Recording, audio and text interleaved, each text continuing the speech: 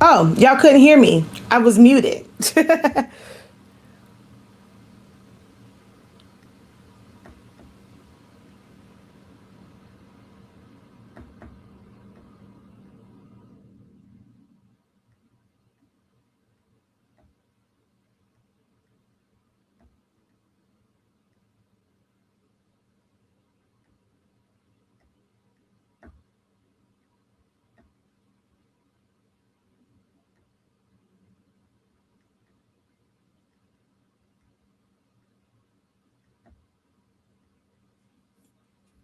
All right. So, hello, hello, hello.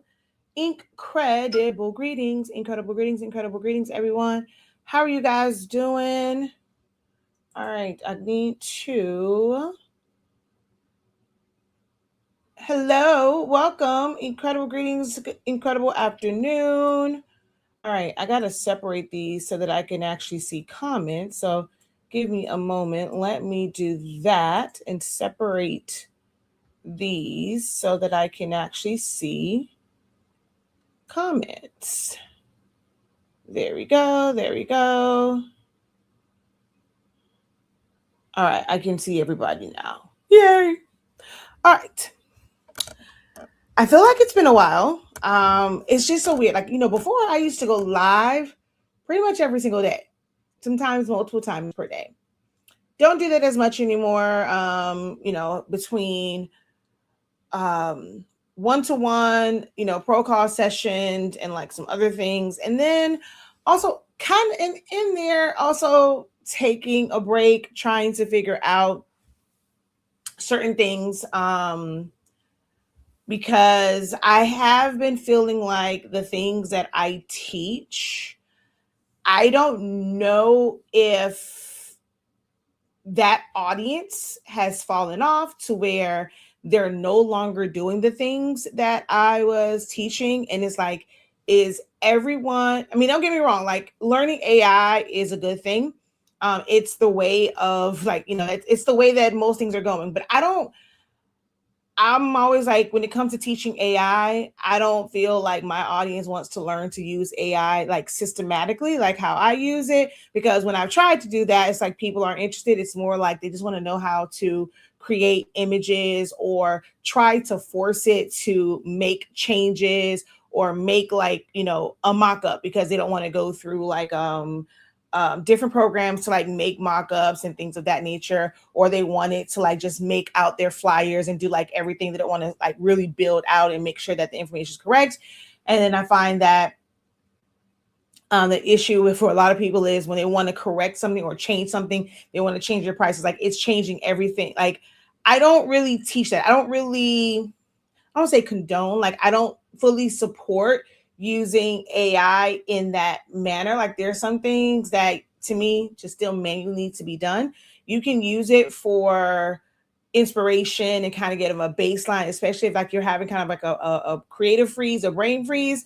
But having it create everything is just not something that I do, so I don't necessarily teach it. And I'm not really big on creating like full on like imagery and like all these different things. Like I use it like I'll use it to create small things that I end up putting together in Silhouette Studio, Canva, or Photoshop.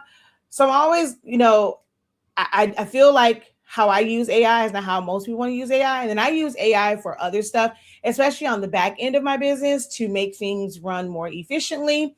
Um, but systems, I've been trying to teach systems for a whole year. And I just don't think that the craft world really cares about systems. So I've kind of taken a step back because I don't really know what to teach because I just have no desire to be like an AI teacher for images. Like if you guys were interested in it and how to use these different platforms for systems and how to improve your business, hey, I'm your girl, just not for images. So I've been trying, trying to figure out where to kind of go with what I do here on the social media streets.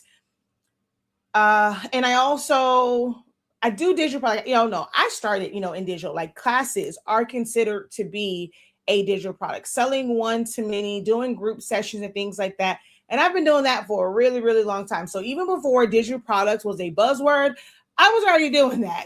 I've had templates and things like that from Silhouette Studio before it was, Canva templates and that became a buzzword. Like I've been doing this for a really, really long time.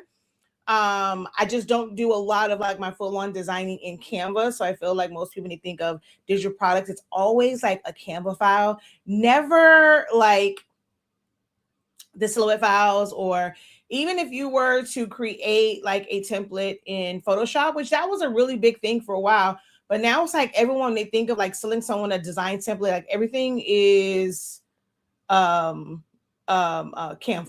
So I'm just, I'm just trying to figure out like where I fit in the whole creative or craft world and what I do. Like I'm still thriving in the things that I do. Like I still use Soul Studio. Like to me, it's still the best program ever. I use Canva, here and there. I'm more of an Excel girly, or like Google Sheets, Google Forms, Google Docs, like those type things. But there's a place for Canva in everything that I do. But I guess if you're not like an instructor or a teacher and you're hosting classes, you probably wouldn't care about the presentation part of it and how I utilize that, and like video creation and how I utilize that. So I just don't know. Like I have to find the tribe of people who want to learn to use Canva to create business systems or things like presentations or videos and stuff like that. So I've been MIA a little bit. So I say that to say I've been MIA a little bit. Okay. Yeah, it's been a while. Hello, Catherine, how art thou? Just gifted, incredible afternoon. Felicia, hello, how art thou? Stacia, hello. Miss Myrna, how art thou? Okay. Ooh, excuse me, mom.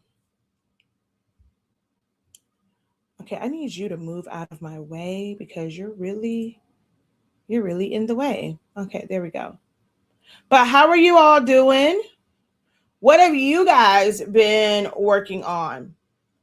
Are you still in the throes of grad season? Have you moved on to whether it's like Father's Day, or started to think about like the summertime where we have family reunions and gatherings and picnics and wedding season? If you are someone that's connected when it comes, like you do a lot of stuff for colleges, even though like we're at the end of this school year, pretty much at the top of like the next school year, in that like October, November range is when we start to have homecomings. Are you guys already starting to plan for that? You really should, if you plan to take advantage and want to get some of those homecoming funds. I would start planning now and figuring out what type of designs you're going to do, what schools you're going to target, things of that nature. Because especially HBCU homecoming season it's a really big thing if you did not know that. So just wanted to know, like, what are you guys working on right now? Are you kind of fly by night? I've seen a lot of like regular, like not necessarily holiday or theme type stuff. Like I've seen a lot of people get into the 3D printing. I'm seeing a lot of like the igloo style can covers. I'm not going to call them koozies or coolers because they're not insulated, so they don't keep your drink cold. But it's just like something really cute, and it's so that it has a handle. I've seen people have like the to pop the top, like to open the can openers and things on there. So I've seen a lot of that. I've seen a lot of like 3D printing. Of course, everybody is now catching on to UV DTF transfers and using them a lot more. So I'm seeing a big uptick in that, like in groups. DTF has been around for a while. More people are using that, but for like hard substrates where sublimation was kind of, it was like, we'll just say sublimation is king. It was like the main thing for decorating or putting designs on mugs and things of that nature. More and more people are starting to move into UV DTF transfers. They are definitely a lot more pricier, but it's less likely to mess up or something to ghost and, or not transfer. So what have you guys been working on creatively? That closet looks a hot mess.com. Let's go ahead and tilt you just a little bit because, baby, that closet is a hot mess.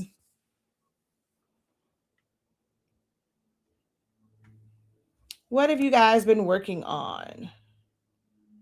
And if you have not given this video a thumbs up, click out of the live chat, give this video a thumbs up. If you're watching over on Facebook, give the video a like, a heart, tag a friend, comment, just say hello. All of those interactions definitely help, because since I'm not on as much, probably a little algorithm boost because I'm not on as much as I used to be.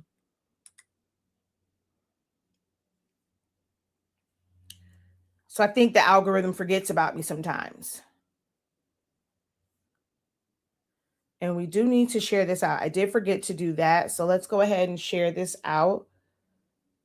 Okay, no, I don't want to switch to, see this switch to 365 Creative Cam. I don't want to switch to it. I just want to go to it to use it.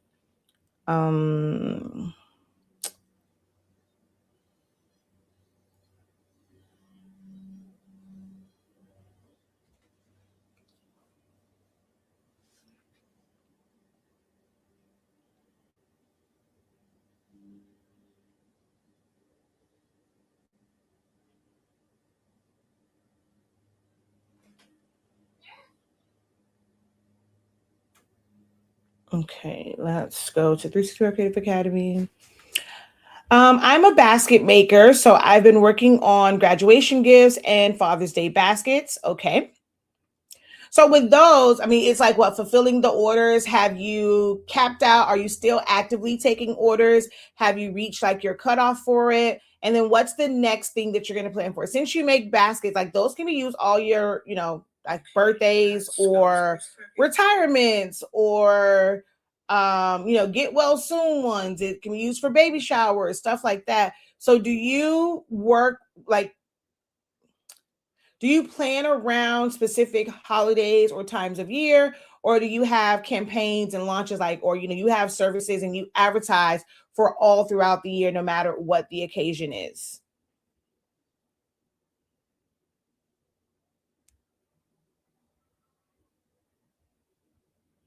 Showers, stuff like that. So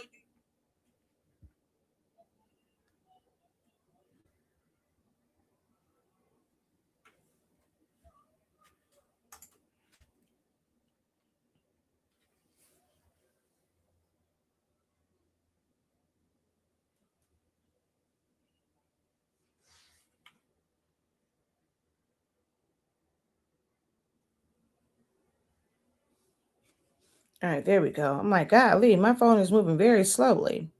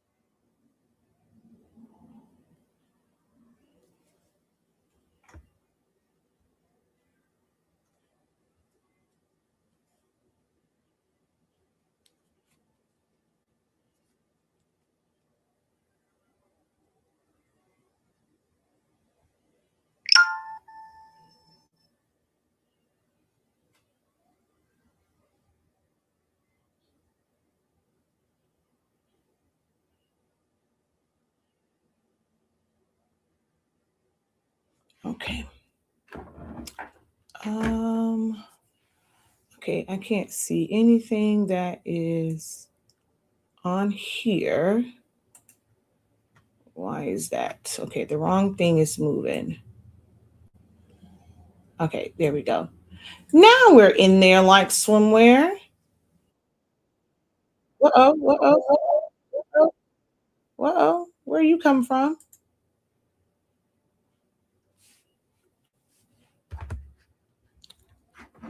I have some oversized cutouts for a SpongeBob theme that I have to do. So that's one of the things that I'll be working on. That event is on my birthday, actually, on May 30th. It's on the Saturdays, but I have to finish those beforehand.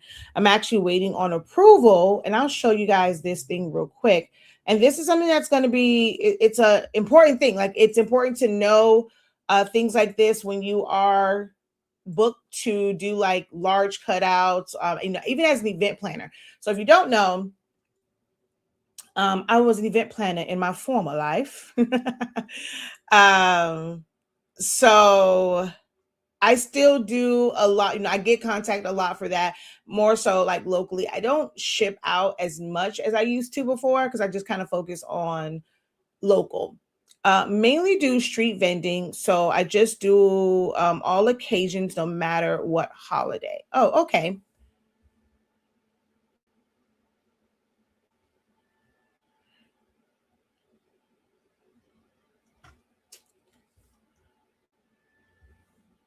All right, let's go share screen.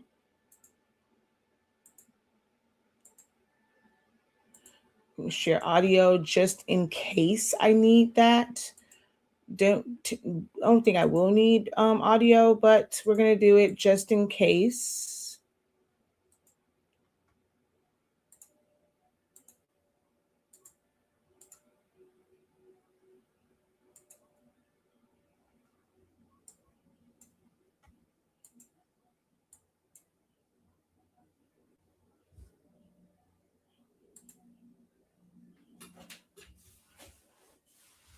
Um,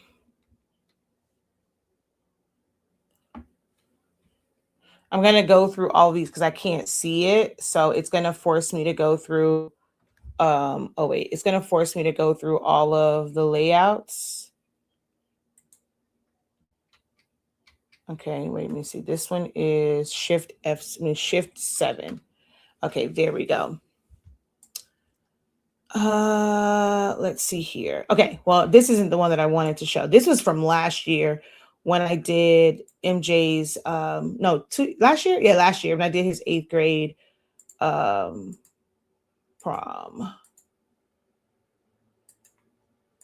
Oh, dang. Okay, here we go. So here is, so she did say that she wanted 36 inches, right? So I was asking, like, okay, around what size she wanted, the SpongeBob gang, and she was like, she wanted, I asked, how large do you want them to be like? Or I asked, how do you plan to use them? And the average person will kind of just give you a size. And, in this case, she said 36 inches. So she basically wants them to be 3 feet. But with these characters in their, I guess, like regular sizing and things of that nature, like Patrick is taller, and wider than SpongeBob. Squidward, definitely taller, but he's also like, his body frame is more narrow. Mr. Krabs, much wider. You can have the eyes go up, sandy cheeks.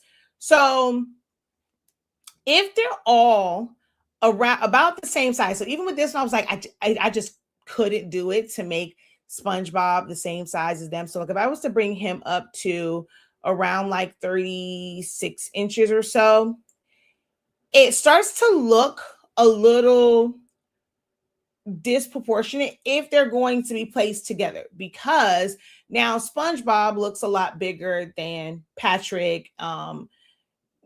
He isn't supposed to be that like the same height as Squidward. You're looking at like the head size, everything looks a little bit off when they're all one size. Now, if I was doing something like centerpieces, then, and they were going to be on their own, we could have them be just kind of like, one size pretty much. I would probably just max it out to, depending on what size paper I'm using.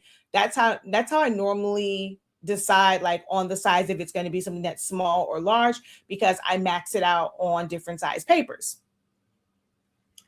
But you can see here how SpongeBob looks compared to the rest of them. Now, this one is set up to where they are sized based off of their natural, like how, if it was life size, and like how, like their natural proportions. So Patrick is bigger than SpongeBob. Squidward is, Mr. Krabs is kind of sort of the same, like with his eyes, like he becomes like the same height as SpongeBob. When you're watching the actual cartoon and they're next to each other, you can tell like that height. And then Sandy is definitely taller than SpongeBob. So this is their natural proportions. And if I go off of who is technically the main character and saying like SpongeBob, and I'm making this to be 36, which although this is not, so I'm going to make this a little bit bigger because he's not quite at 36 just yet. Okay, so that's about 36. So with him being 36, Squidward ends up being 46 inches in height and 19, almost 20 inches in width because he's kind of leaning back. So from his head to his foot on this side, it measures about 20 inches, so 19.8. Patrick measures 44 by 33.6. Mr. Krabs, 40 by 35.69, so 35.7. And Sandy measures 41 and a half by about a little under 30. So then I have to go to my client and, this is where budget comes into play. Because if you're going to display them together, do you want them to have that look like, so some people may take them and they're using them as like a backdrop or something. So they just want them to look like, the whole gang is together. They may even have them closer together like this, or they may spread them out in different places. If they're not going to be like in the same spot, they may not care too much. But as you like look at the pictures, you'll be able to tell that like one is like way bigger, than the other. Or like more narrow and things of that nature. Because SpongeBob is the main theme, they may be okay with him appearing bigger, because these, like all of these, they don't seem that bad because they're almost like around about the same height anyway, just like a slight difference. So for them, they're not that bad. They look proportionally correct, but SpongeBob just looks humongous compared to the rest of them when he shouldn't be that big. But it comes down to budget, because this is a significantly higher price than having them all be 36. So I typically give my clients, like I break it down for them fully for them to understand. And then based off of their budget and, how much they're wanting to spend is what we go with. If it look crazy, that's on them. They wanted to go with their budget. So I'm one where I give options when it comes to these type things. So that's one of the things I'm waiting on a response for now, on which direction they want to go in. And it'll pretty much come down to the cost and like the budget. So, but these are the things that to me are important, where I find a lot of crafters, a lot of those getting into business, this is where you guys get stuck, because you don't like, or let's say you are one where you're like, okay, I want to make them proportional, and they reject the price. And then, some of y'all get into the, well, I'm not cheap, it's quality, but you're not providing them another option. This is something that I go over with my creative business students, where I'm talking about, giving options, and, especially if it's not going to, like the setup part of it. It was nothing. I had to do the same exact steps to get these images, tracing, detach them, all of that. The only difference is sizing them up. Like that's literally it, is just sizing them. And once you know the sizing, I have formulas that I use. I put it in there. I now have the pricing. I'm going to present them both pricings and then explain, how things will look. And I put the ball in their court. So I'm not going to lose the job because they're just like, okay, let's say the regular standard way was too rich for their blood, but they're okay with the smaller ones, even if they don't look proportionate, they're disproportionate. That is on them. I'm not going to lose out on the sale.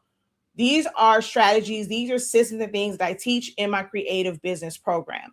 I need your recommendation on a Cameo. I'm done with Cricut Limited Cutting. All right, so we're going to come back to me on this one.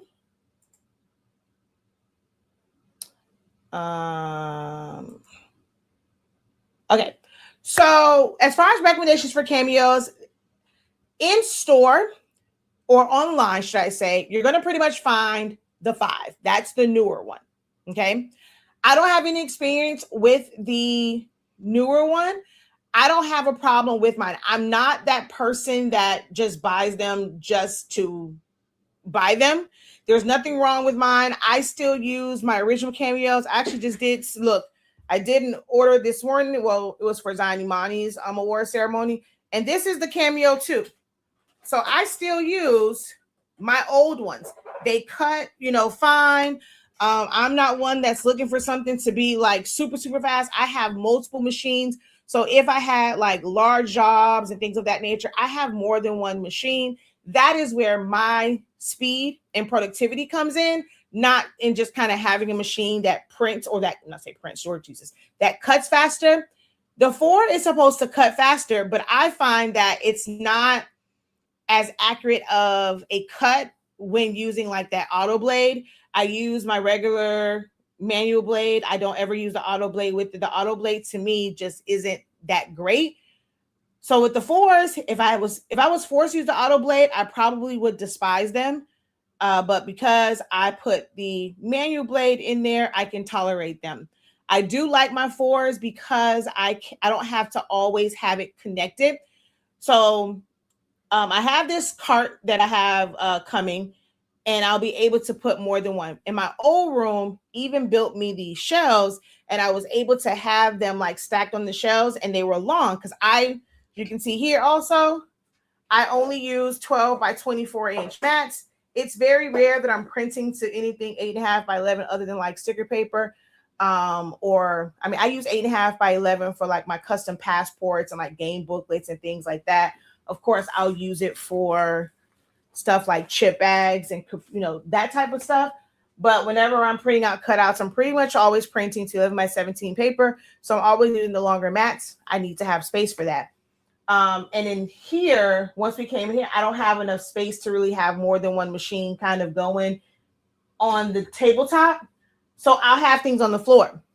I like the fact that the Cameo 4 and the Cameo 5, they have, it's integrated, like the Bluetooth, and it actually works. The 3 is always kind of spotty sometimes, but the 4 and the 5, they work with the Bluetooth. So I've had my machine sitting in the hallway so that I can cut. And I like that because I don't have to have it hardwired in.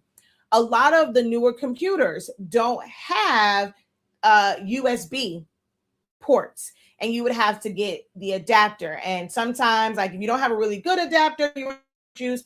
So of course, any of the machines where you don't have to have them hardwired in is always going to be best.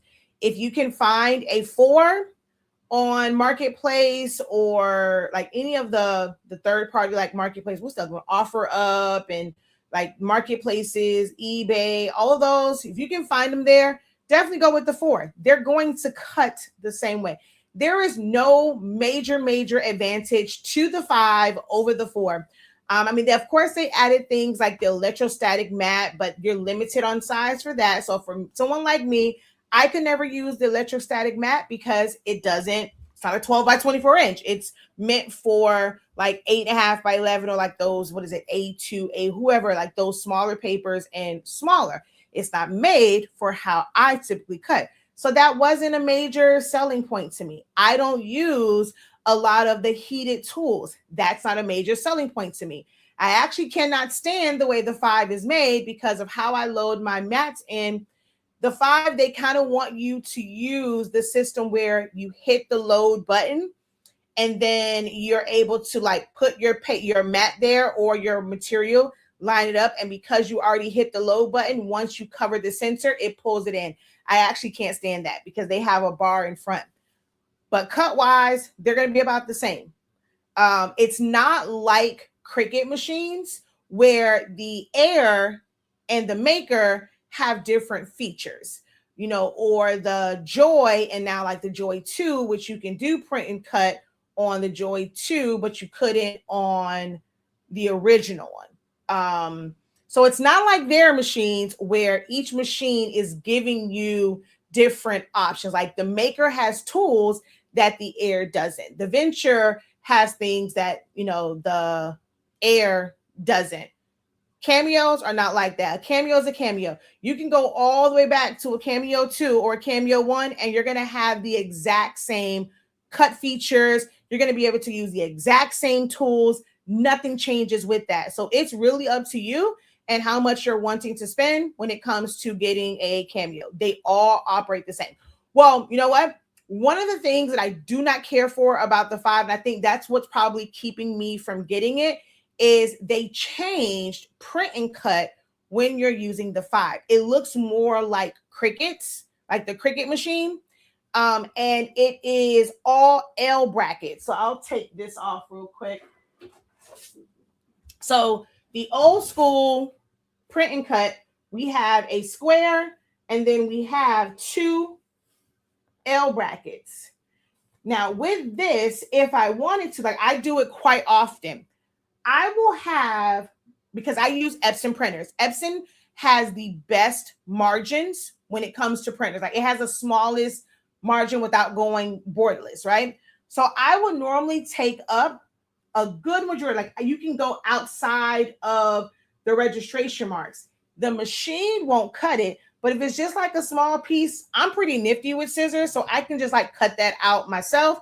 And I normally have like a backing for it. And with the backing, you can cut that bigger. So I can like line the backing up and just makes it a little bit easier to cut things out and stuff like that. Like if I want to use an X-Acto knife. So I love this print and cut setup because if I wanted to, I could take the print outside of the registration marks and it still prints. It just won't cut. With the new one, they basically did like the what do people call it? Cricut? Well, the old Cricut, and they made it a full box. So now you're limited. I don't know if they made an update. The last update that I saw, they changed the print and cut to that, and that's a hell's no for me. So if you have to use that type of print and cut with the 5, I will never get a 5. Never, ever, ever. If that is the default for that print and cut, because I cannot. I love this print and cut setup. So for me, print and cut wise, a 4 or lower or earlier works for me. But you can always, look at videos.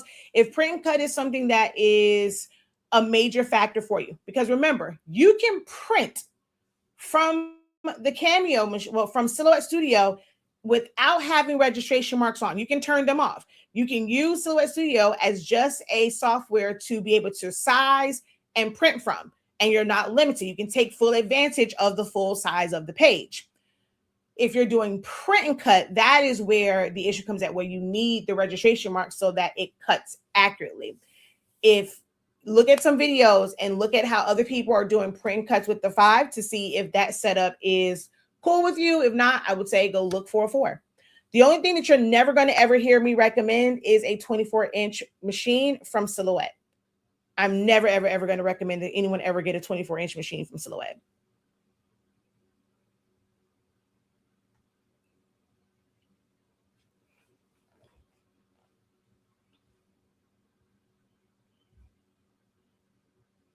Thank you so much for that question.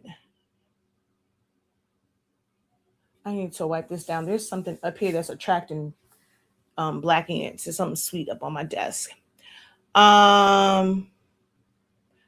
Okay, so she says, I have the 5 Plus and it has the original registration marks. So far, I like it. And well, you know what? Maybe it's like the new, like one of the releases. So which are you using? Because I know the 4, the 5 Alpha Plus, or the 5 Alpha, which is the 24-inch one, you had to go to V5.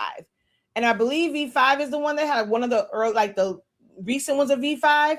Now, when they first came out with the 5, you were able to use one of the later versions of 4.5. Are you using V5 with your Cameo 5, or are you on version 5? And if so, which version of V5 are you on? Did you have any of the other machines, Erica?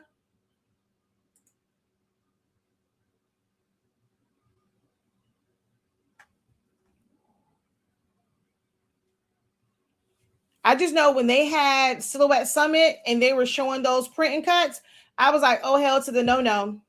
You're using V5. Okay. So maybe they did change it. I just know when they were that was one of the things that stood out to me. Like I said, I don't have it. Like, and I said, based off of what I saw the last update, they had those squares, and I was like, no, And that was from when they had their big summit in Hawaii.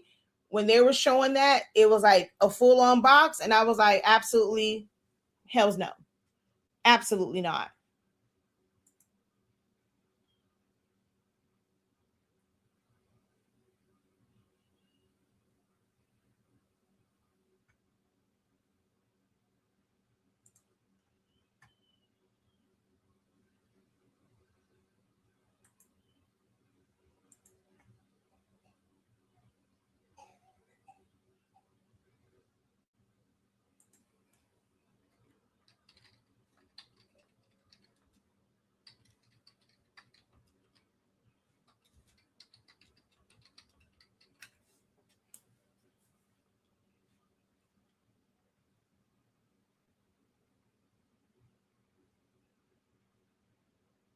Okay, so on this one, I see it's actually no, not the box. What I see on here is it was 4 L brackets. My bad. So the one I'm looking at now is, so Melissa has one and it has the original, but this is from a year ago. I'm looking at someone else's now from 5 months ago, and it has 4 brackets, whereas with this one, you only have, so I normally take full advantage of this area right here as well, and I'm able to like stretch out. Like I take advantage of that area a lot of times, but they have 4 L brackets. That's what it was, because that's how Cricut's on is now. Because I think Cricut even went away from the full box, right? Cricut now has just the L brackets in each of the corners, right?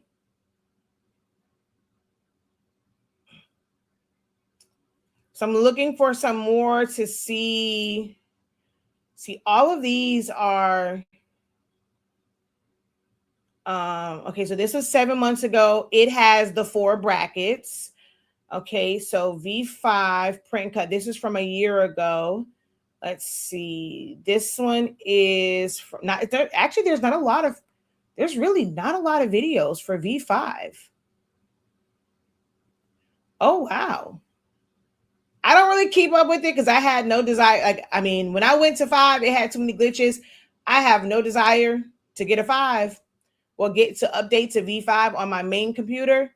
It's really, to me, they made cosmetic changes. There's no additional features. There's no additional tools. No tools have been improved. So I was like, there's really no purpose in switching to V5.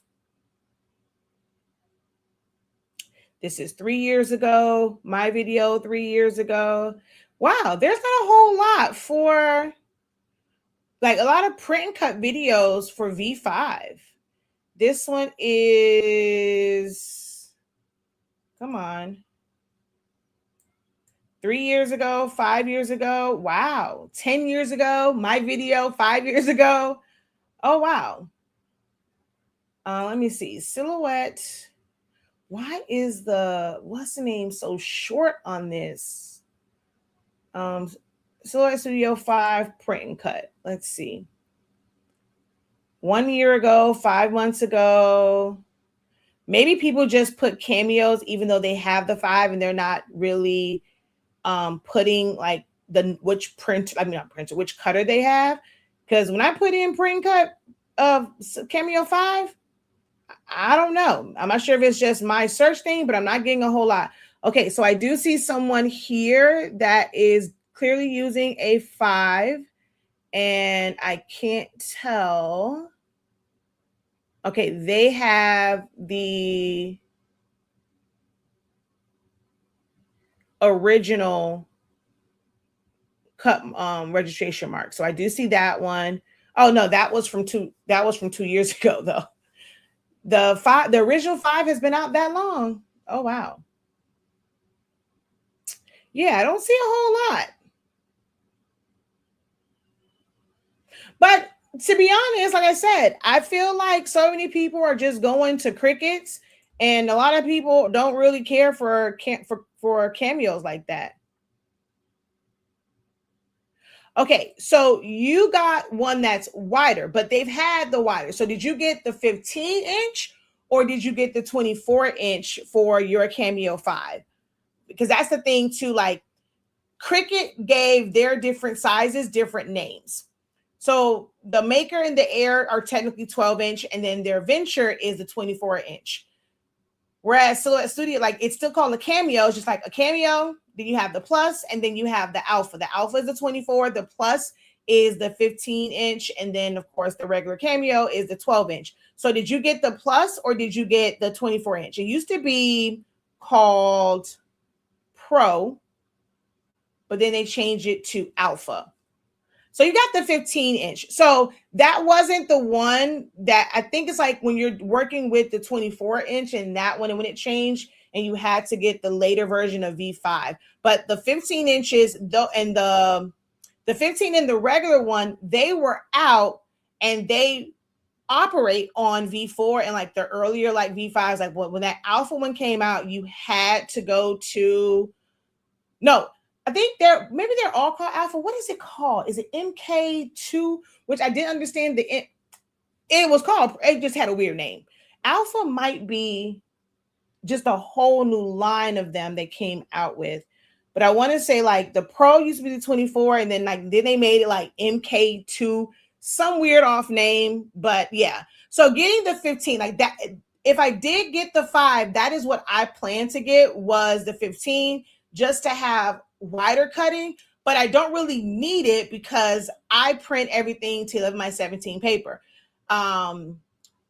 You know, if I was cutting a lot of HTV, because your standard roll of smooth HTV is 15 inches, so I wouldn't have to like cut it down. Like I could cut from just the roll, but you have to leave an extra inch. They don't have a 15 by 24-inch cutting mat. So the way that the 15-inch mat is set up, it's like it's like either like really like 14 and a half or 14 something by 15 or 15 by 4, but whatever it is, I can't use 11 by 17 paper. That was one of the reasons why I was like, it just really serves me personally no purpose to getting the 15, because everything that I cut fits within the 12. And if I needed to do something wider, I have my Caesar, I have my US cutter, I have my Roland. So it was like, do I really need to spend the money to get that one just to have it on the shelf? Because I functionally had no use for a 15-inch cutter, if that makes sense.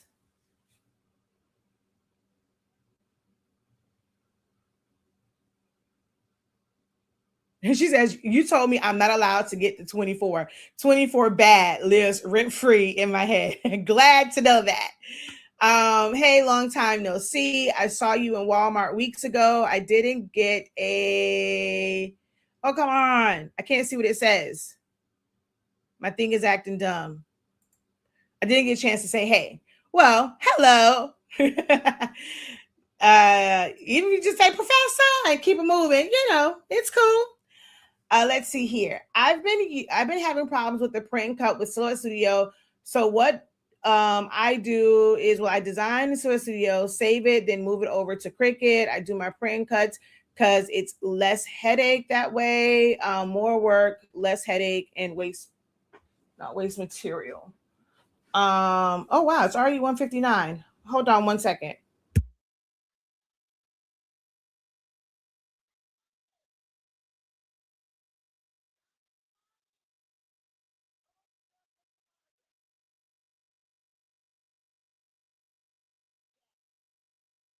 Okay, sorry, I had to let him know to go open the door.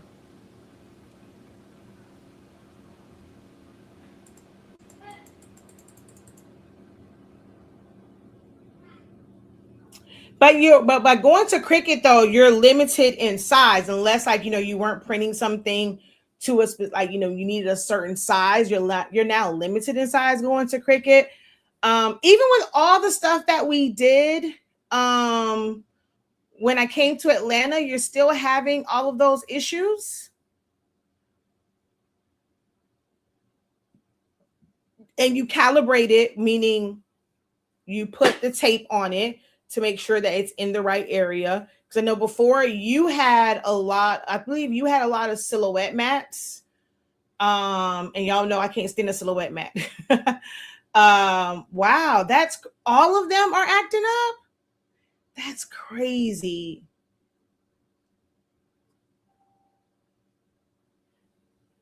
Man.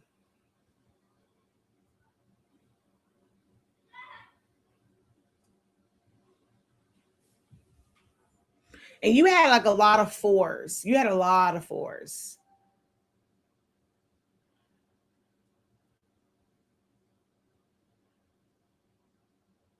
Wow.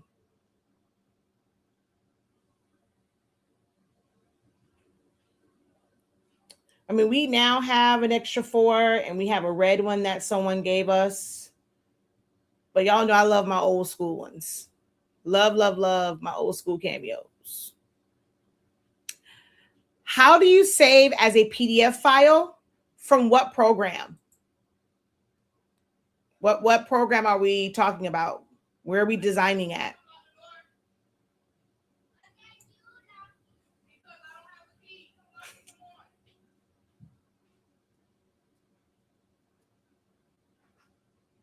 The boy said, why can't you lock it?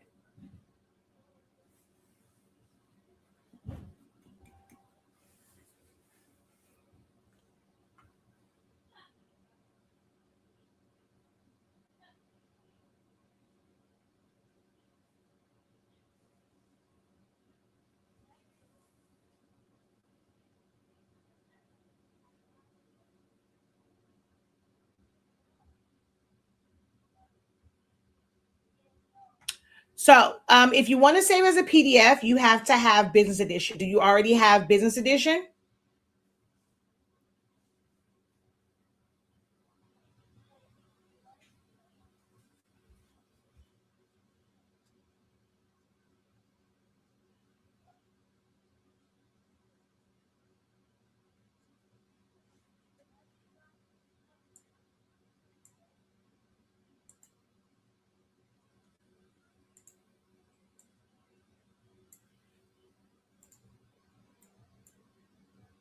So yes, you have to have business edition in order to save as a PDF directly from Silhouette Studio.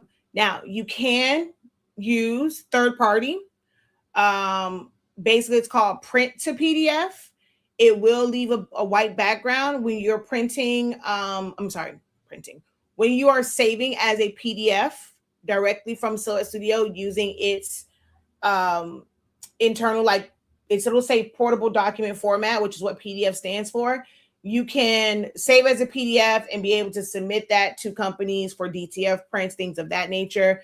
Open it up in Photoshop without having to remove the background.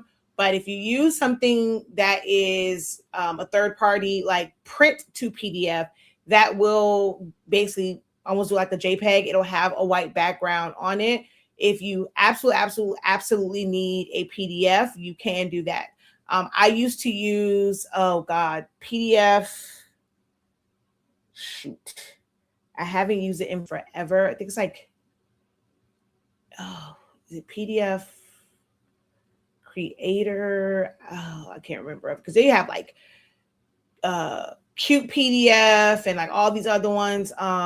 Goodness, why I can't think of the one that I used to use. But there are some third parties, and you basically go through the printer function. So you would, once you go, you install in all of those different things. In order to get to it to save as a PDF, you have to go to print, and then you're going to look for it. You're going to look for like whatever that PDF program is, and then you'll go through like the process to save it that way. So that's how you can save it if you don't have business edition, but you have to have business edition in order to save as a PDF. In order to save as an SVG, a PNG, a JPEG, you have to have Pro. Business edition. I'm sorry, not pro. You have to have business edition. I was thinking about Canva.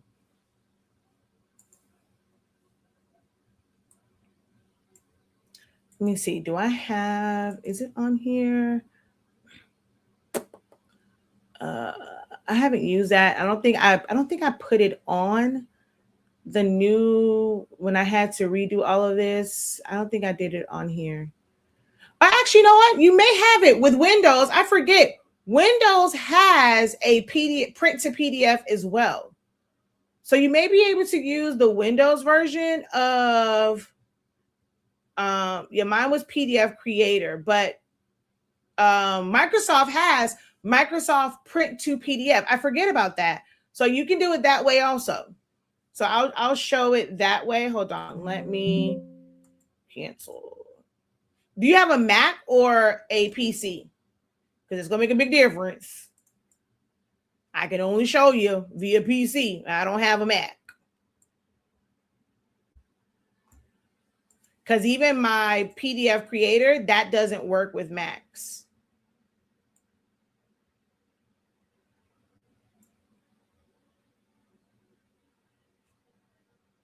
And you guys feel free to ask your questions. This is your time where if you can't afford 5365, which is our cheapest one-to-one session, this is your opportunity to ask your specific question and get that answered. So keep the questions coming. You don't have to wait for me to finish one question in order to ask the next. It can be about Silhouette Studio. It can be about Cricut Design Space. I don't have a Cricut machine. I know about Cricut machines. I can still walk you through it. I do have Cricut Design Space. So if you have like a specific question on that, I can always open up Cricut Design Space. I have Photoshop. I use Canva. I don't really use Affinity, but if you have a specific question, I can probably, navigate enough to help you out or get you started in the right direction. If it's about business, branding, pricing, marketing, systems, websites, all those things, feel free to ask your questions. Take advantage of the fact that I'm live, offering up my 26 years of experience and expertise.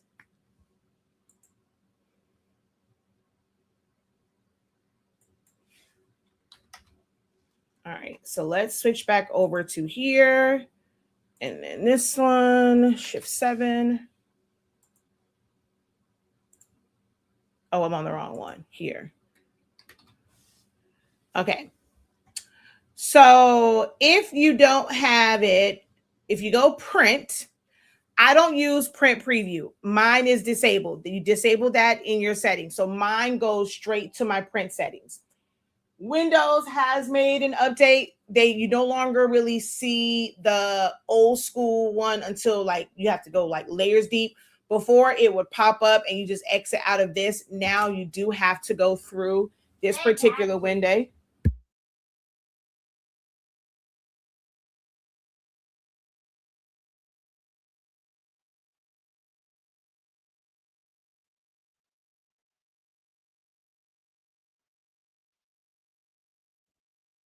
All right, I'll have to take it over there.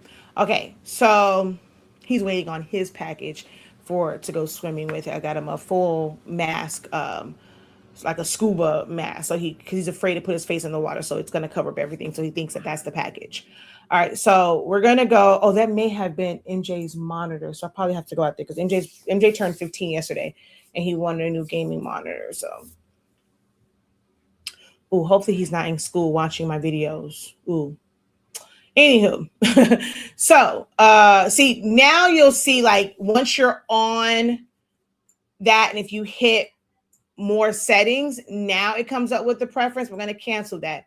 So right here where it says printer, if you scroll all the way up, you'll see Microsoft Print to PDF. And you're going to have to go to more settings depending on the size of like the paper that you're using that you can tell it like what size to print. So we're going to go more settings and then go to advanced, and then you have letter. But if you click on this and then you go down to, oh wait, they've changed. They don't let you change the size anymore since they did the update. Oh, that sucks. they don't let you change the size anymore. Oh, that sucks. You used to be able to go in here and change the size. Like, because this right now is what, 42 inches?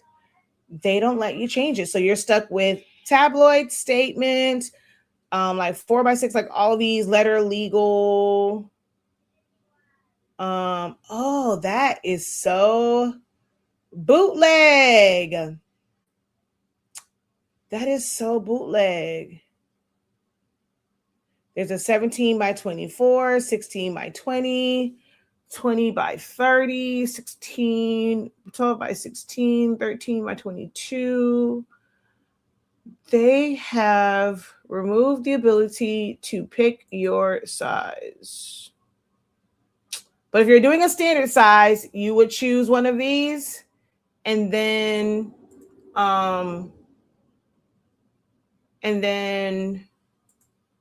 hit OK. And then you would print. And I'm just going to hit print just so that you can see what it will do.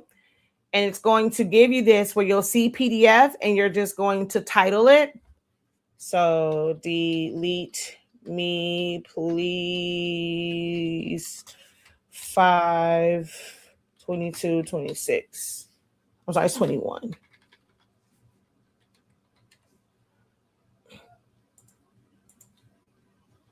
That sucks that they made it where you can't change the size anymore from Microsoft Print to PDF.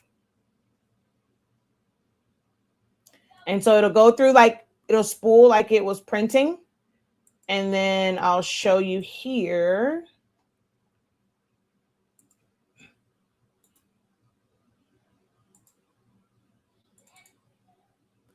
It should be cut off.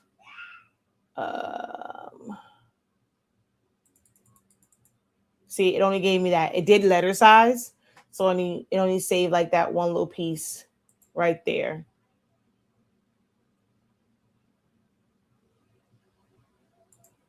Now, if I go PDF, maybe the Microsoft one never did. Maybe I'm thinking, okay, let's go to PDF Creator. More settings, advanced. Okay, so maybe the what's name one doesn't. Maybe it's just that one because I have more options here.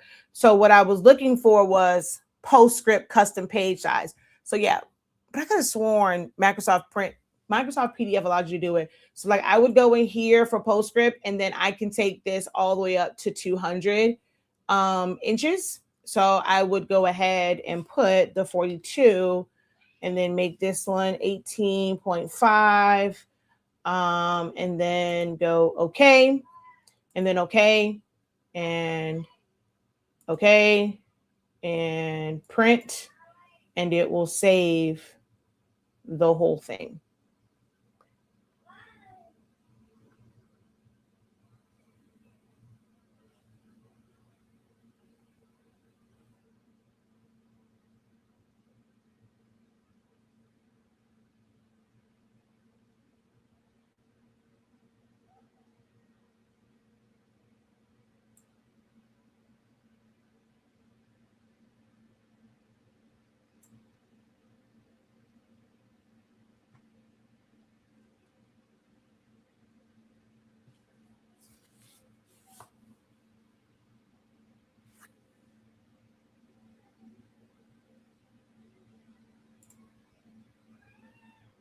Oh, it should now come up. Well, now that it's spooled, it should now come up.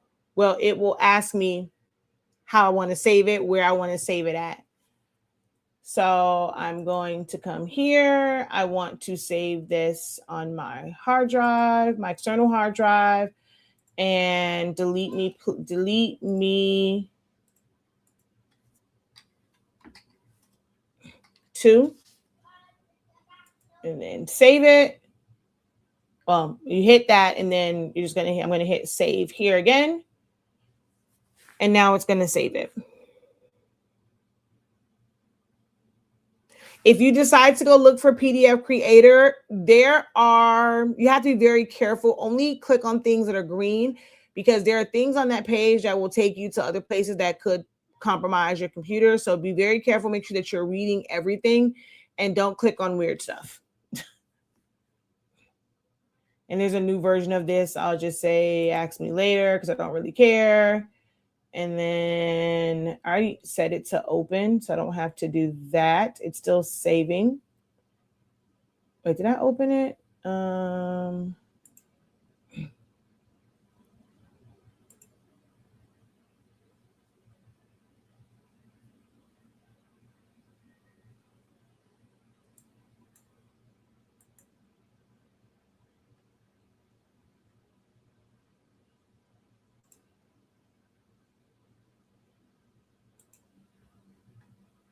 And there's the whole thing.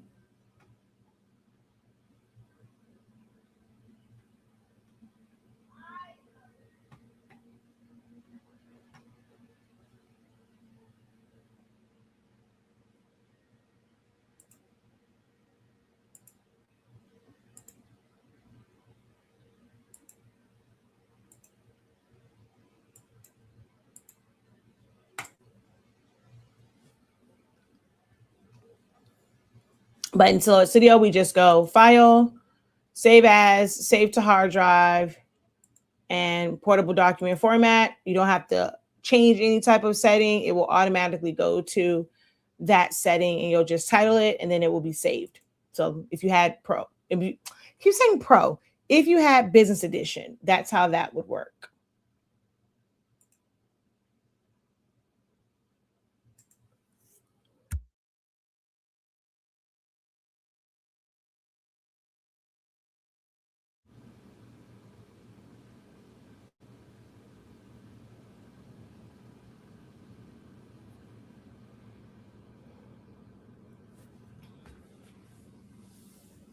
All right. So y'all have no question for me. Let me ask some questions. How are you guys doing in business right now? How is business going for you right now?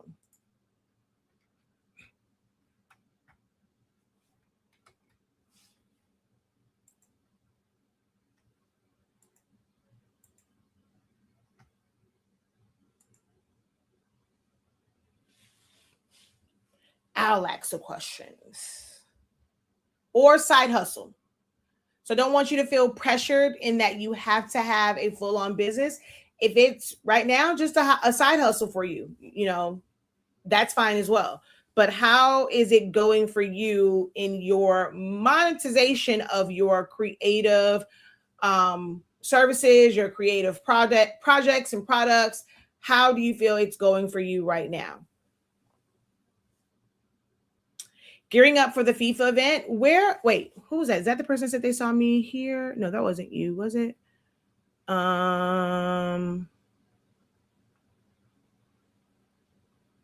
that was someone else.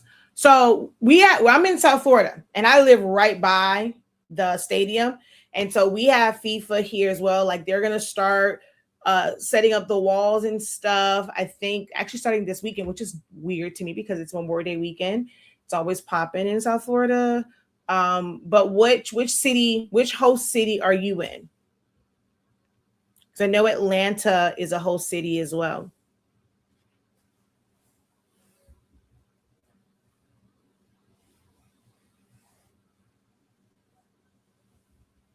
Are you just selling to people who might be going to it, and you're just promoting a lot of the FIFA items for people just to order from you and have it shipped? Or are you in a city where you have like a vendor's license and you'll create some stuff that's similar but maybe not infringing on copyrights and and then you're selling it? Oh, so you're in Vancouver, Canada. Okay. So I don't know how y'all work up there when it comes to basically selling for different licensed out things. But do people just kind of order stuff for you?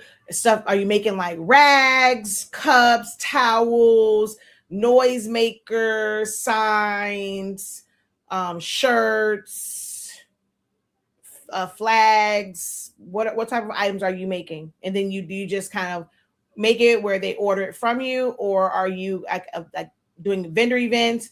Are you doing street selling?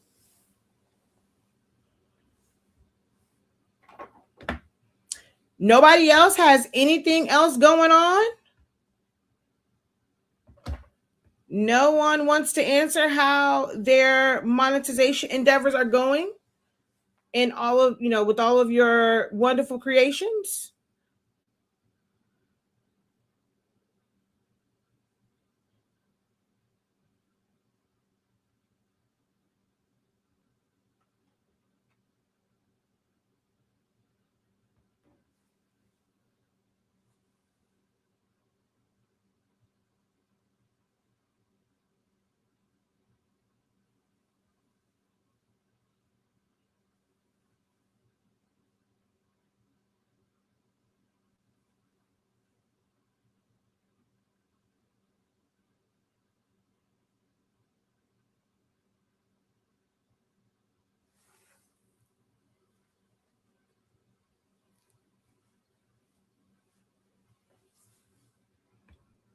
T-shirts, I street sell, I have a tent. Awesome. At the end of grad season, and it's been slow on my end. So what are you preparing for? This is one of the reasons, like, I know there's a lot of coaches and teachers, mentors, whatever they want to call themselves, or you guys want to call them, that focuses heavily on like preparing really heavy for these themes and like holidays or certain times, like certain seasons. That's what I'm looking for. I don't do that, because if you put too much focus on it and you don't find some sort of balance, once it slows down, like it's like, okay, you're almost hitting a halt and you have to search for and figure out the next thing, versus that being kind of like your, I mean, you want to take advantage of it, get designs and things for it, but you should still be promoting basically just like, I mean, you're as a business, and still put the things out that it's for birthdays or for retirements or for baby showers or like whatever the event is, you should still be promoting for those things and not just kind of hone in on one. I've never really understood that concept. I guess it works for the instructor, it works for the coach. Like it keeps it where they get to kind of talk about certain things. And of course, now they're making people feel like, okay, yeah, you need to jump on this. Like there's times where people say, okay, like memorials, people die every single day. They'll say like, oh, baby shower season. What the hell is a baby shower season? Babies are born every single day. People will have baby showers every single week of the year. Like, I don't understand the baby shower season thingamajiggy. I just don't get that. But hey, it works for some people. I'm more of a, you need to put out what your services are, what you specialize in. If it's birthdays, people have birthdays all the time. If you're doing like retirements, people retire every single, and that's like something that's like not just the weekend. That might be a weekday thing. Unfortunately, people die every single day. Babies are born every day. Like, I don't get the whole operating in seasons. I've never taught that way. I always encourage those who are in my business programs, or even when I'm just giving free information, advice, guidance here, is you are providing a service. Now, what is that service? Are you really, really great at designing to where that is the, like, that's your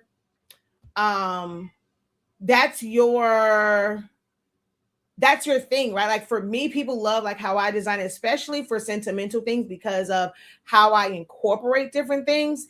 If designing isn't your strong suit and you rely on templates, which is not a bad thing, or you're just someone that wants to make merch or just make customized shirts, you don't design it. It's not like, you're kind of getting like customized type templates. You might just have shirts that just say class of 2026, and you got a bunch of transfers in different colors, and you're able to just press that to a shirt. Like that is fine as well when it comes to shirt making. Now that UV DTF is on an uptick, anyone can make a tumbler. You can make a tumbler of strawberries. You're going to get these transfer. Like, so you're just providing somebody something that they cannot find in store. Like that is the true advantage of what we do as creatives and being able to make things in-house in smaller quantities. You don't have to get like a large one. This is what I teach to my students so that they are in a position, as long as they're doing what they need to do, you know, they are in a position to make money all the time.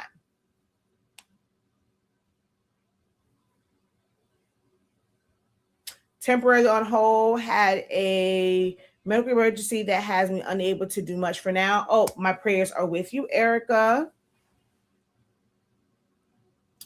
That's what I'm going to do now. That's what I'm doing now. I'm sorry.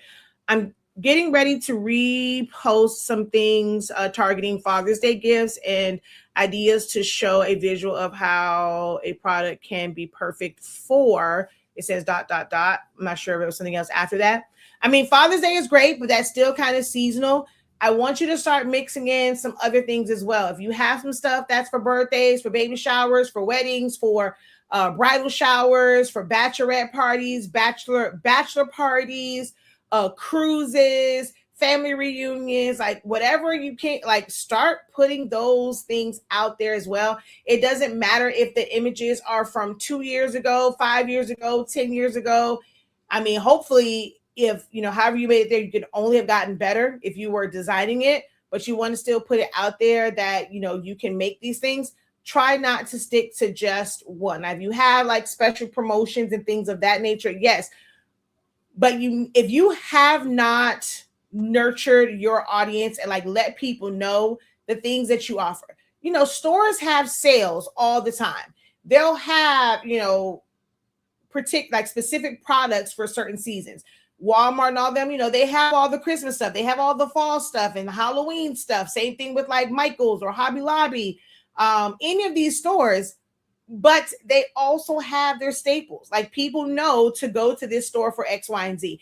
If you haven't established your come to me for this, like this is what I do all year round, you should really focus in on that more than just the seasonal stuff, because you want them to know what it is that you can offer, even if it's not a special season.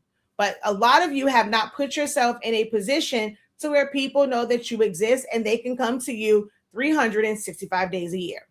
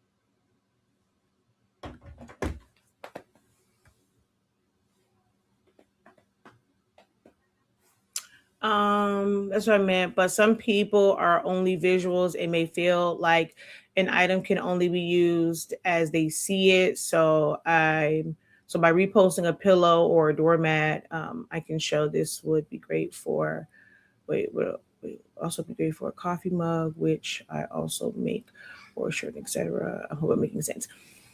So yes, all right. So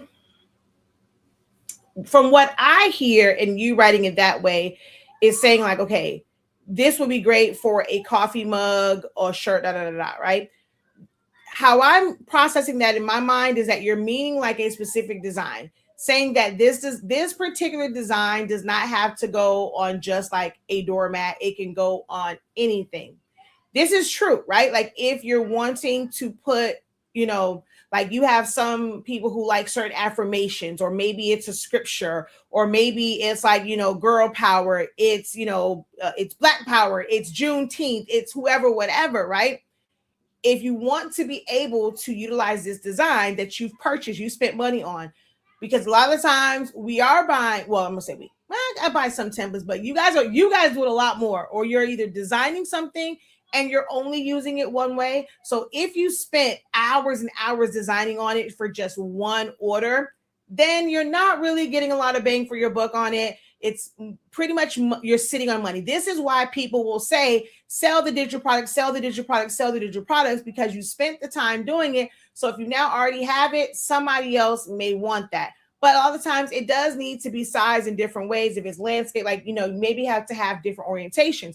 But that's a lot easier to do once you have the foundational elements. Or if you just happen to purchase something and you can't easily resize it, you want to be able to repurpose it. This is where people start to bundle things up and say, okay, you can get this exact same design on a shirt, a tumbler, a mug, a keychain, and it's the same thing. You're not changing it up, a whole lot. It's the same exact design on all of these things, right? So now this is where you can kind of like bundle them up. You just have to resize them. But you don't have to have that design to let someone know that you make mugs. If they knew that you made mugs, once they ordered that shirt, ordered that doormat, if there's somebody that they like a lot of cups, because there's some people that literally collect cups. They like mugs. They have cabinets full of mugs and cups and things of that nature. If they just simply knew that there's a service that you offered, they may ask, hey, I really like this design. Are you able to put it on the mug? Because I want to take this to work.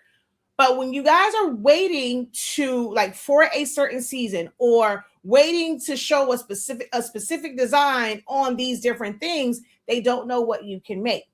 But if you're just showing, even if they're just random things, and hey, I've made all of these custom mugs that have people's pictures on it, that have logos on it, that have organizations on it, that have scriptures and just words. If it just says bride, if it says groom, if it says whoever, whatever, and you're just putting these things out, you also make mugs. So when I have an idea for a mug, I'm going to ask about it. If I order something else, oh yeah, hey, I remember I saw a post, you made one. I know it said bride. Are you able to put this design on a mug? You'll be surprised at how much they inquire. Like at least for me, my folk be quick to call me, hey Kia, can you XYZ? Like, because I'm constantly putting out just a wide variety of things, when they have an idea of something that they consider to be custom, I'm going to be their first call. Hey, Kia, is this even possible? Can you do it? Do you know where I can go get this done? If you don't do it, like, they trust my recommendations as well. But if you're not putting things out there, then no one knows what you're doing. We go over this in my creative business program, and I'm showing ways to like put them out there. Even if you don't have a website, you don't have to have a website to get started and be successful, to even make six figures, since y'all like those numbers and things like that. You just have to have effective systems. And that's one of the things that we go over. Like tonight, we have a session for the creative business program. So it does make sense, but I don't want you to feel like you have to like make certain, like if you have any type of cups, make you some creative posts just showing the cups. Make a reel. You can use Canva for it, where you have all these pictures of cups that you've made, and it's kind of doing like a little slideshow of the different mugs and things like that. Show different keychains that you've made. Show different shirts, collages, or not collages. What keep saying collages? Screen slideshows. There we go, of different shirts and different things you made. If it's a card, if it's fans, if it's whatever it is, like, you guys are not utilizing your social media to really showcase the things that you are able to make. You're waiting for specific seasons. And I want you to, I don't care if it's something for fall, show it right now. If you had Christmas cups And if Christmas was the only time that you made a lot of mugs because of like hot cocoa and like, when it got cool, that's when you were making mugs because people think hot cocoa. And maybe you sold them with hot cocoa. People drink we drink hot cocoa all year long. We drink tea. People get sick, things of that nature. So it doesn't matter when you made it, what's on it, like put it out there. I don't care if it's a mug from 2020, if it's a mug from 2019, put it out there so that they know that you are one to make mugs. Maybe they didn't have a need for it. Maybe now somebody else has a business and they want to be able to have some customized things, but they don't know that you do it. And this is where sometimes crafters get upset with friends and family or even like loyal or longtime customers because maybe they came through for all this other stuff. They opened up a business or they needed cups for a party or whoever, whatever. And then you go on social media and you see that somebody else made the cups. And don't lie, be honest with yourself. Some of y'all getting your feelings a little bit. Well, dang, why they ain't come to me? They could have gave that order to me. I could have used that money, But if you never put it out there that you made these in any capacity, how do they know? As creatives, as crafters, there's so many things that we are able to make. I mean, some things you have a few blanks on, but you know where to go find more if you need it, and things of that nature. So you have to start putting those fillers out and putting those things out.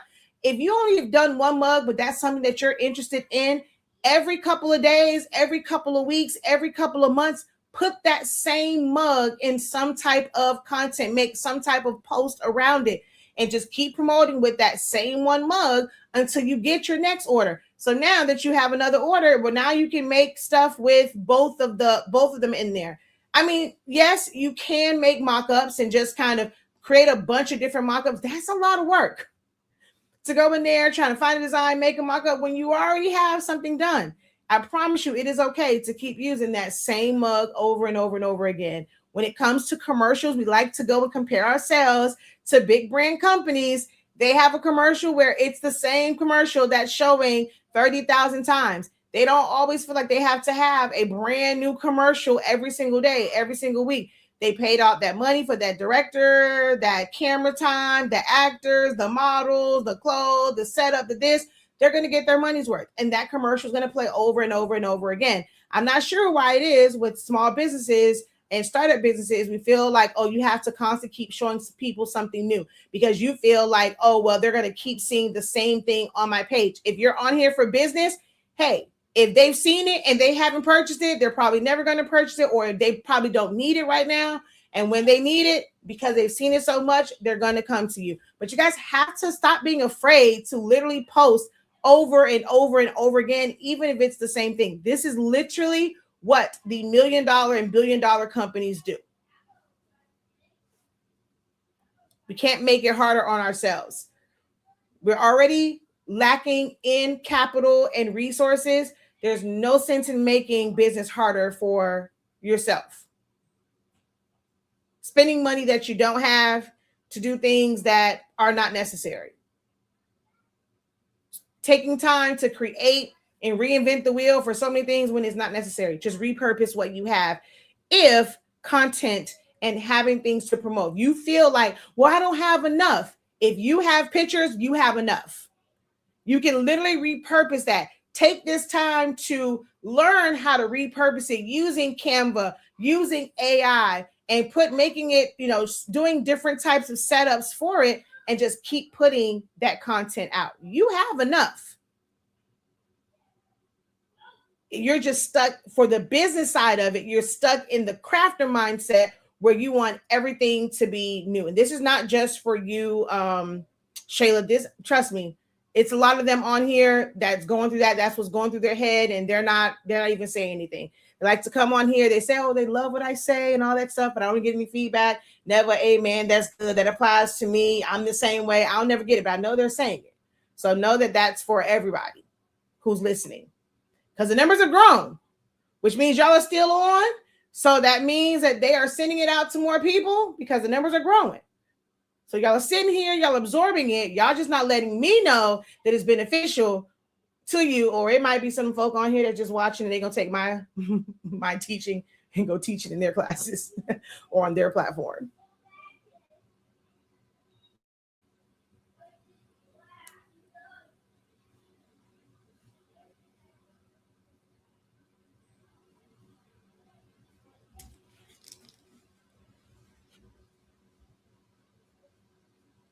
Like there was a point where, I get on and I'm literally saying the same thing over and over and over again about like, it's like talking about like Canva for systems. When it came to even just showing like what I was doing, I was purposely showing the same things over and over and over again. I'm not on here to give free lessons because then I don't make money. If I learned that the hard way through the silhouette stuff. So even now I try and figure out what to show, what not to show. I don't care if I do like a bunch of tracing videos, like I'll show me tracing the same exact thing. I can do it on live. Whoever's on, they catch it and I can delete it because there is one that shows the process. But I've done that before. I get on and I literally don't talk. I don't really deviate too much. And I talk about the same things over and over and over and over and over and over and over again, because it's for the new ears, the new eyes that don't know these things. And it's just to also reiterate, people need to hear things a certain number of times. I forget. It's always different numbers. Sometimes as people say 8 times, sometimes people say 16, sometimes they'll say 20 plus times that someone needs to hear something before they take action.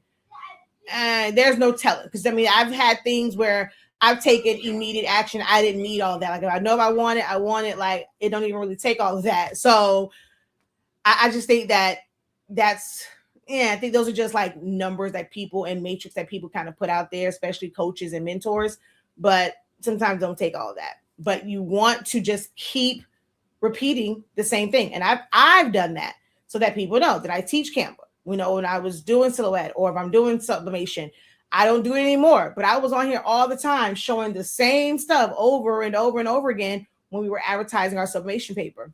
That's what you have to do for your business.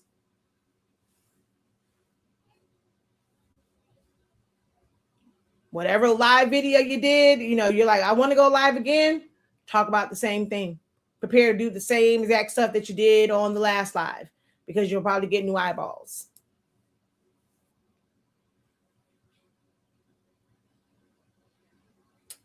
Last call for questions. I don't want to kind of stay on. If you guys, I come on here to help you guys. When y'all don't ask questions, it kind of seems pointless to be on, because I literally come on here to be able to help you guys and answer your questions and things of that nature. So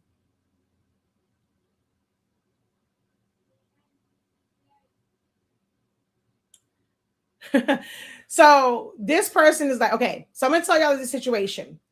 She's like, I pressed Tuesday. Okay, so someone said, so I did a power cleaning and it says 12 hours.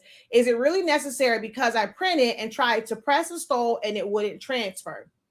If ink comes, this is the thing I need for people to understand. If ink comes out, you printed something out and ink is on the paper. Now I can see, because she didn't say that it didn't print. She said it wouldn't transfer. If full on ink is on the paper and it does not transfer, you are pressing it, right temperature, right time, right pressure. The ink is normally the issue. And she's like, oh, I've done this before. I just pressed something on Tuesday. But she also said that she changed out, or she refilled her ink about a week ago. Here's the thing that people understand. So let's say you put the ink in there. When it comes to these EcoTank printers, they have ink in the lines, right? You'll have ink at your print head.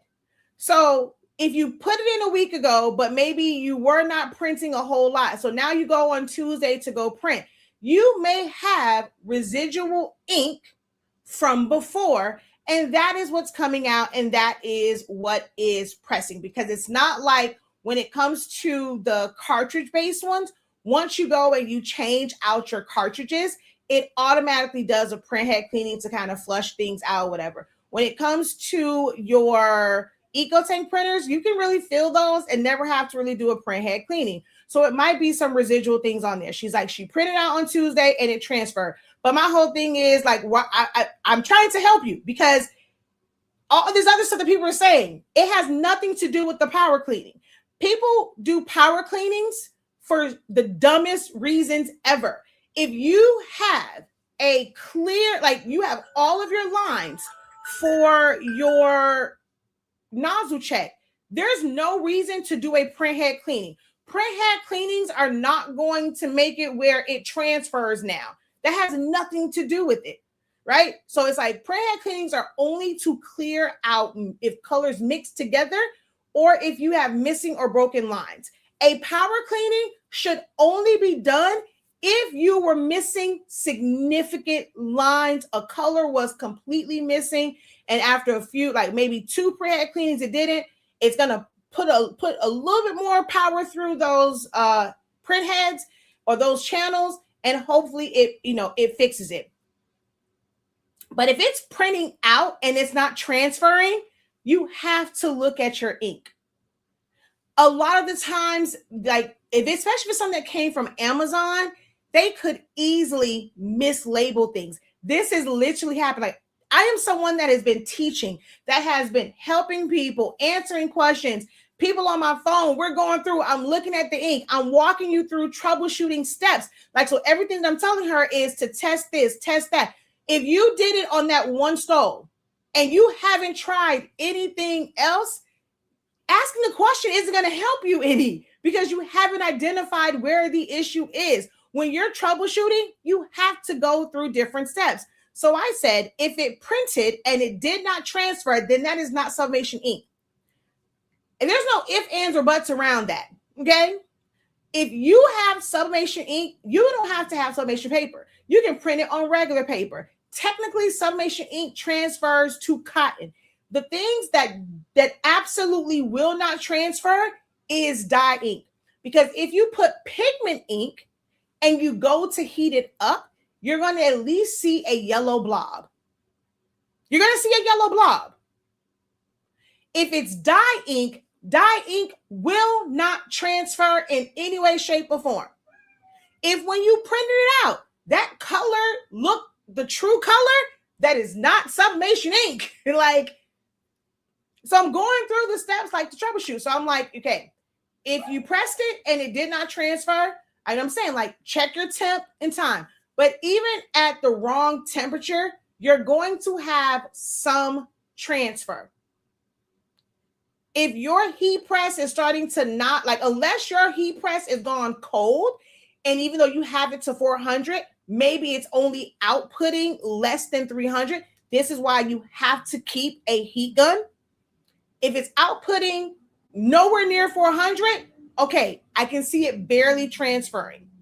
But if it's just as hot, your heat press, you haven't established any issues with that, which is why I made the suggestion to her, press to something else. If this stole, like I said, I mean, it's very rare because I don't know of any stoles that are cotton and not sublimation. If there was something with the stole, press it to something else. I'm pretty sure anybody that does sublimation, you got a messed up shirt somewhere. Okay. You should have, if you don't have it, you should have some scrap fabric. When it comes to, if you don't have scrap fabric, I suggest you go to the fabric section of Walmart, or you're going to go to the newly fabric section of Michael's, or go to Hobby Lobby, or go to any place that sells fabric and go get you some 100% polyester. You can even get you some 80%, 85% polyester. But when doing sublimation, you have to have scrap fabric, or you can go into any of the stores, go into the craft section, and you can get felt. Felt is recycled plastic, which is polyester. This gives you something to test. If you press to one thing, it's not working, you have to go through the process of elimination. You have to press it to something else. This lets you know, is it this substrate?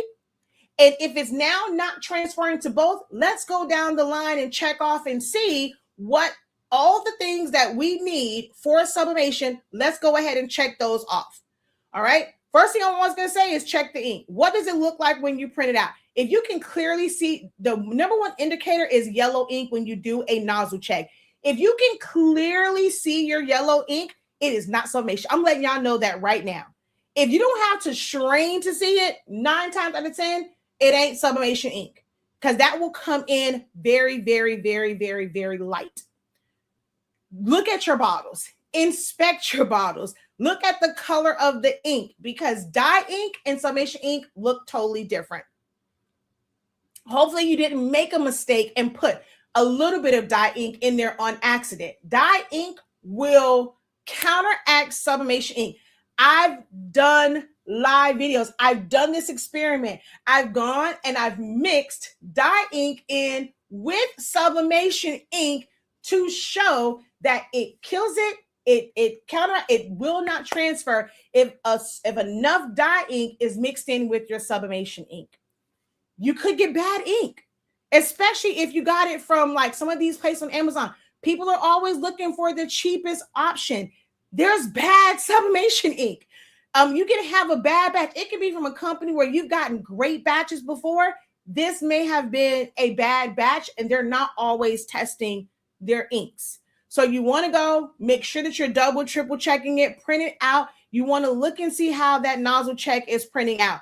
If those colors are too bright, baby, that ain't sublimation. Take that nozzle check. If it's sublimation, you can take that nozzle check. You don't have to waste a design and do all this. You can take that nozzle print and you can press it to something. If that doesn't transfer, it's not sublimation ink.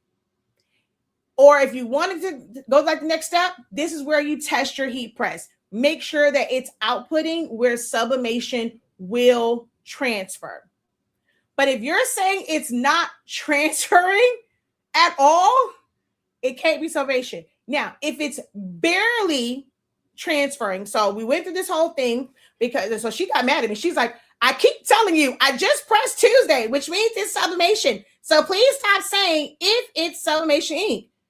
I am telling you, you have to be certain, because if it's no transfer, I don't care if your bottom says sublimation ink. You need to go get a refund. You need to now drain your lines. It ain't sublimation ink. Like, I don't get it. How do people ask for help? Girl, check my resume, okay? I know what I'm talking about, okay? And then I hate people say this. I'm not new to this. As if you can't make a mistake. As if Amazon, or whoever you ordered from, if they can't make a mistake. I'm not calling you dumb or silly like you're new to this. Things happen. Like you came on the internet looking for help, girl. So I was just like, so I saw, because in the first post it says it wouldn't transfer. Then it was, and then all these people saying you won't be able to print. Not true, because you'll still be able to print. They don't recommend it because you've put so much ink through it. And this is the thing that I'm constantly telling you guys about these EcoTake printers. They are not meant for heavy loads. When you look at their print cycle or the recommended number of prints, it is lower than some of the other printers because it's not meant for that, because of the air, because it's going through these lines and they don't have a lot that's really sucking it up. So when you go and you do all of that, it has to settle back down, which is why they tell you to wait 12 hours.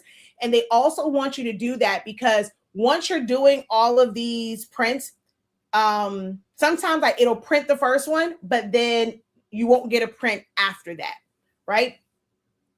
But she's put in another one, she was like, it barely transferred. So that's why I said, okay. In another comment, you said that it barely, in a previous comment, you said it barely transferred. Is it just, I said, is it just to the stole you have, is it just to the stole, or have you tried another blank? And she said she didn't. That's like troubleshooting 101. You have to try something else. You can't go, y'all will start to panic. I get this so many times from crafters where the moment something does not work, if something doesn't cut or whatever, you start to panic off of the first one. You don't think to let me test something else. Let me see if it's the paper. If it's something cutting wrong, let me change out the blade. Let me change out the mat that I'm using. Y'all go straight to panicking and like something is wrong. And sometimes it's as simple as turning your mat. And I try to go over as many troubleshooting things as possible. Like I've been giving y'all troubleshooting tips. Y'all should have books. Like if you're not going to sign up for my classes, if you go through some of those videos, I've given you enough game to where if you had you a book that was just the professor's rules of the game, and like you're putting the troubleshooting, like the steps that I'm saying for troubleshooting, everything from cutting machines to printing to like all of the above, you'll be set and you can go back to them. But so I'm like, did you try? She's like, no, I did not, because it was just working on Tuesday. Girl, today ain't Tuesday. Okay. It ain't Tuesday. Today, or when she wrote it, it was yesterday. Wednesday, it wasn't working. Okay. No matter what happened on Tuesday, Wednesday, it wasn't working. So now you need to go through the troubleshooting steps. And I'm trying to help you through the troubleshooting steps. So I'm about to exit stage left because obviously she wants people to lie to her. So it's whoever, whatever. Just brought a roll of fabric. You have to. If you are doing sublimation, please keep you some fabric on hand. Hey, Jackie. Okay, question. Why are all of my PNG images coming in with a red outline, and once the color is removed, it has a slight white outline? I'm using version 5. I think that's the correct one. So there is no correct one. You're on V5. What most likely happened is you have auto PNG trace turned on. Whenever you have auto PNG trace turned on, it actually changes it and it converts it into a JPEG, which is why you're seeing white around it, because what the image probably wasn't like super clear and didn't have like clear defined edges. So it removed it. When it's a PNG, you're seeing it's all those edges are transparent. So you're seeing, the background and it looks going to be transparent. But this is why when you go to cut it, sometimes you see the extra white. But when you're using the auto PNG trace, one of the reasons why I say do not use it and always manually trace is because it puts a white background on that PNG no matter what. And it's not always the greatest results. So turn off, and I'll go to the page and I'll show you how to turn off. If you're not familiar how, if you're at your computer, go to the settings and verify if what I'm saying is true. I be telling you, look, ain't much that y'all can ask me that I haven't experienced and done, and I know exactly where the problem lies. Okay. Uh-oh, shoot. Didn't mean to have that on screen. Dang it. Okay. All right. So if you go down here to the settings and you go to import, this right here, auto PNG trace. So I'm going to do this. So I know I have let's go to downloads. And okay, so here's one here. And we're going to drag this in, right? Now, we double click on it. It's still a box. There's no outline around it. I'm going to go over here. We're going to go to import. We're going to go ahead and make this auto trace. We're going to apply and hit OK. I'm going to bring in that exact same image, and you're going to see the difference in how that is set up. Okay. So we'll hit OK. We're going to come back over here, and I'm going to drag and drop this same one in. So you can see here, when I drag and dropped it in, did that come in way smaller as well? So let me go back to here. We're going to go import, take off auto trace, hit OK. I know I did make it bigger, but did it come in that small too? Okay, yeah, it did come in that small. All right, but here with the auto PNG trace, it has a red outline. We double click.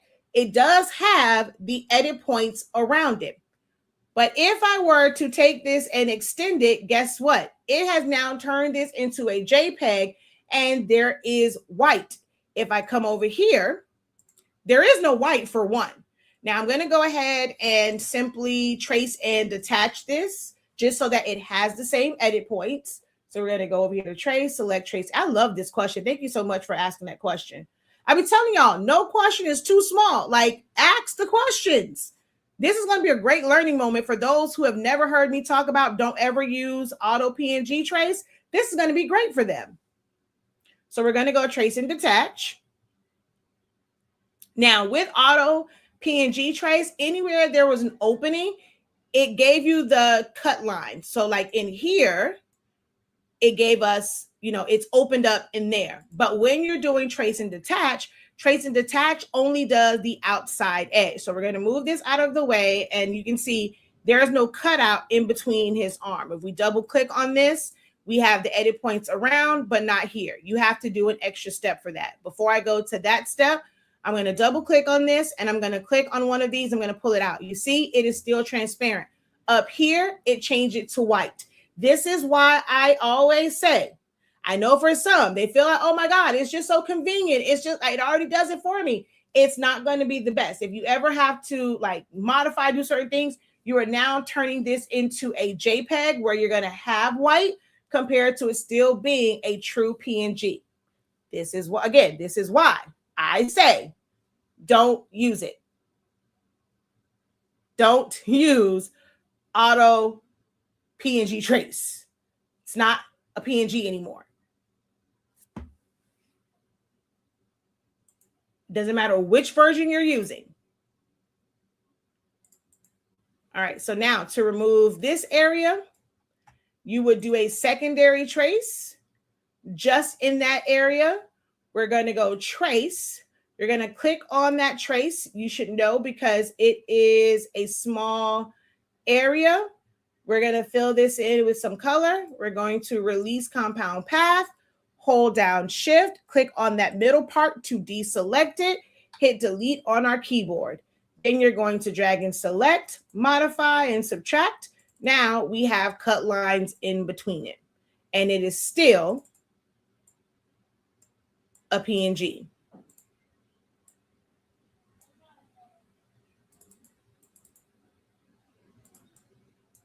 We were to do this one in the middle.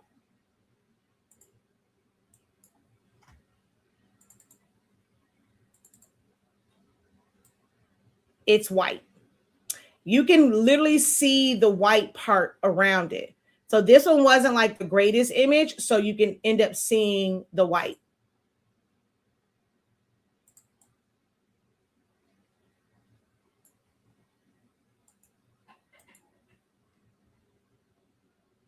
She says, and this is why I pay for your classes. It was selected, as you said. Trust me, I know. When you went to version 5, they like to make that a default, which is why in my classes I teach, I go like that first day, I'm going through settings. We're going to change this, this, this, and this.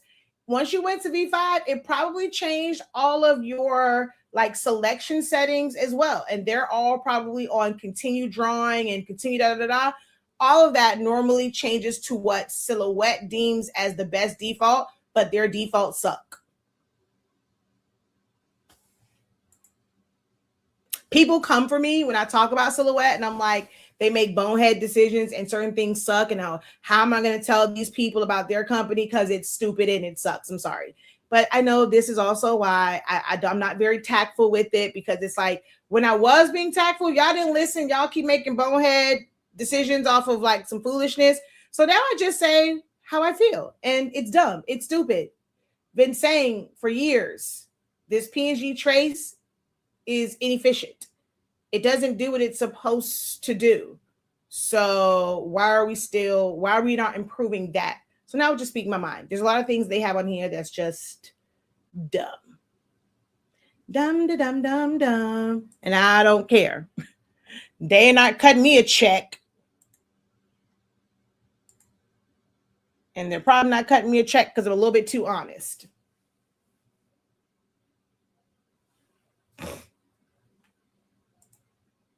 And for anyone, that was the question. What is that whole tirade about? I like questions like that. And I don't, for some reason, y'all aren't giving me a lot of Silhouette questions anymore. So I only went up because I think I had a virus or something with the older version, which I loved. You can always go back down. So unless you were on the very, very like highest version of 4.5, you can always go down. Now that you've gone up, you can uninstall that and you can go back down to one of the 4.5 versions. I mean, mine was 4. For the longest I was in 4.3.370. I think now mine is 4.5.9 or 571.971.791. But there is another one, like there's like 2 or 3. Hold on, let's see how many are there.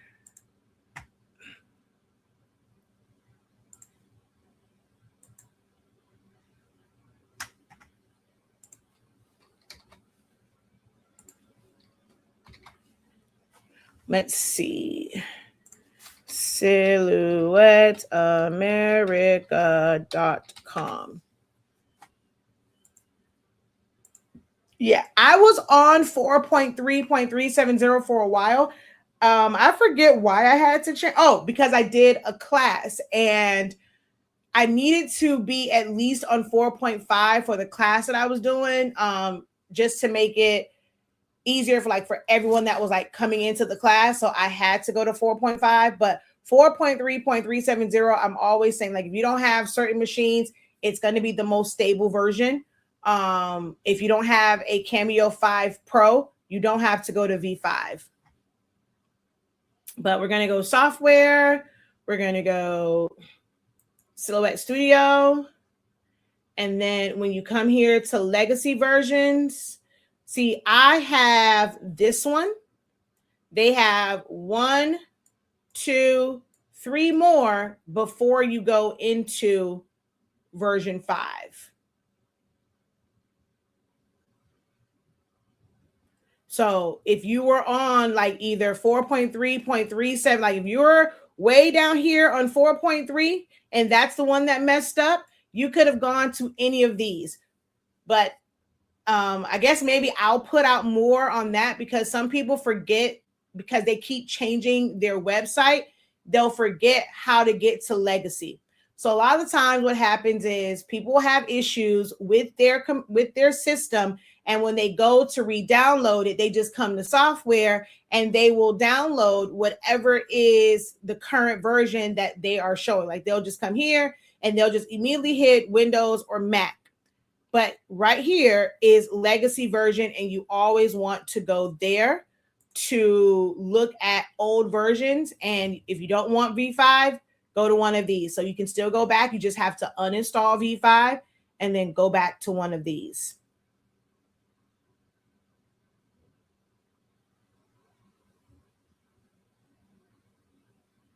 So, but that's why it's important to know exactly which version you're on.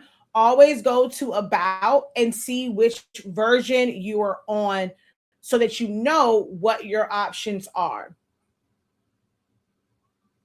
She's like, I think that's what I did. You just went there and just downloaded whatever the current was at that time. Yeah. So go to legacy, go to the other ones. If you don't remember which one you had, I would say just go to version 4.5.815. That's the last one. Or you can try and go to this one, 4.5.812. If this one has issues, you can go to this one. If you don't want to see the new look and the new layout of Silhouette, you can go to this one. I mean, you can go to this one. This one right here. But I'm here.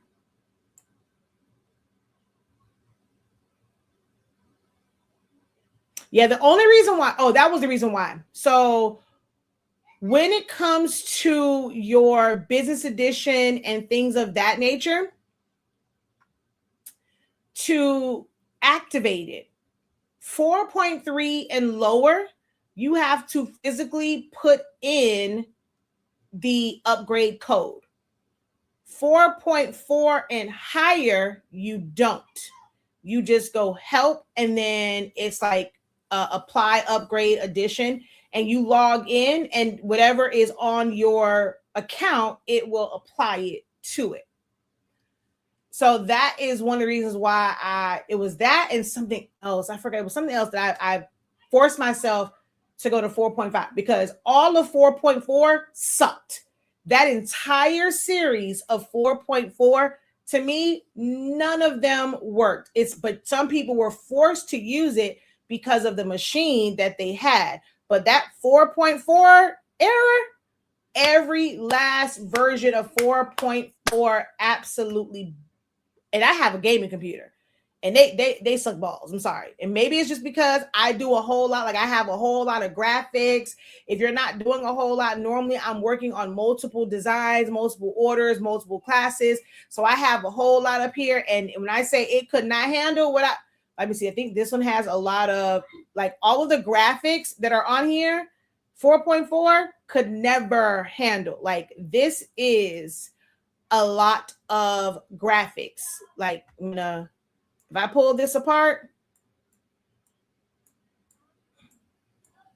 and mind you, these are all individual. Like all of these little starlights, I put those on there. I don't know if y'all can see it. I put those on there myself. So this is all data. Like all these little things, all of this, their shadows, the name, the crown. Well, that was like a fade bar that was on there. The name, this, the back. Oh, there was another overlay. The background. Like, oh, there's another one. So I have a lot of graphics, and 4.4 didn't work for me. So there might be some that's like, oh, I have 4.4. It works for me. I don't know what type of graphics you work with, but I work with a lot of like all of these. That's data. Like all of these little starlights, like that's all data, and that will bog it down. So 4.4 never worked for me.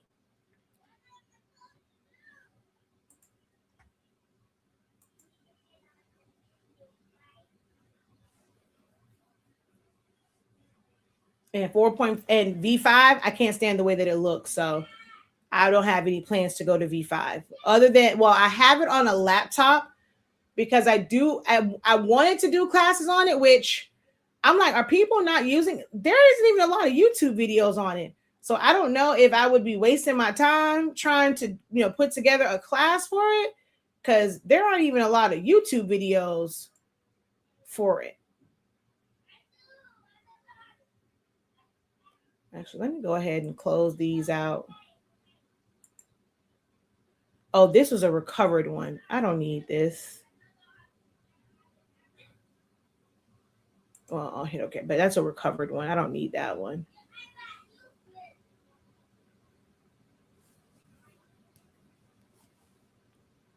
I do need to save this because I never saved it before. Save as, save to hard drive. Zion Imani fan. Yellow and green.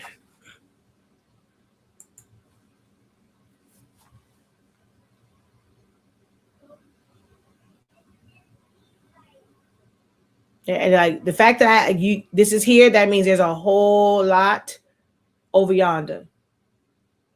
Like I keep a lot open, and the version you have makes a big difference.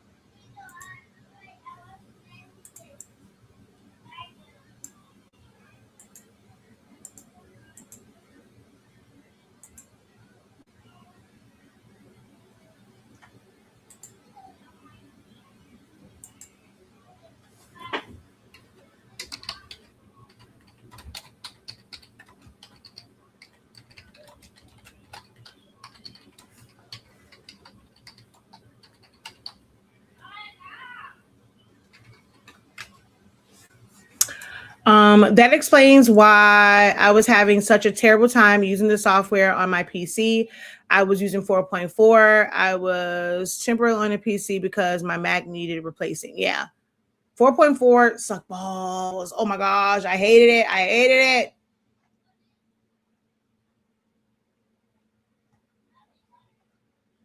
I wonder if she's gonna have me do a shirt for her for this year. I haven't heard anything. We only have maybe we still have like 2 weeks left of school, so I'll probably hear from her next week. I've done her end of the year shirts for the past 4 years, 5 years.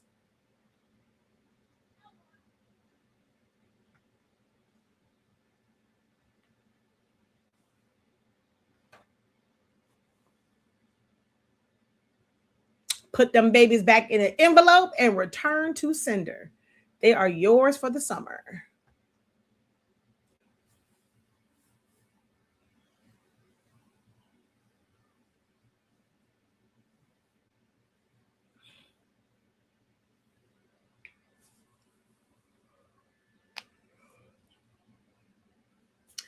It kept crashing because I used a lot of high resolution graphics at one time. Yep. It was, for some, it would support, like if you're just doing like SVGs, you don't have a whole lot of text, you don't have a lot of high resolution graphics, but 4.4 was like, it could not handle it in any way, shape, or form. All right, I don't know what's taking that so long, so we'll come off of that.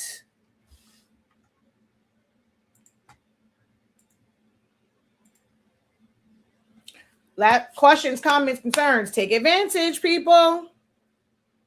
No question is too big or too small.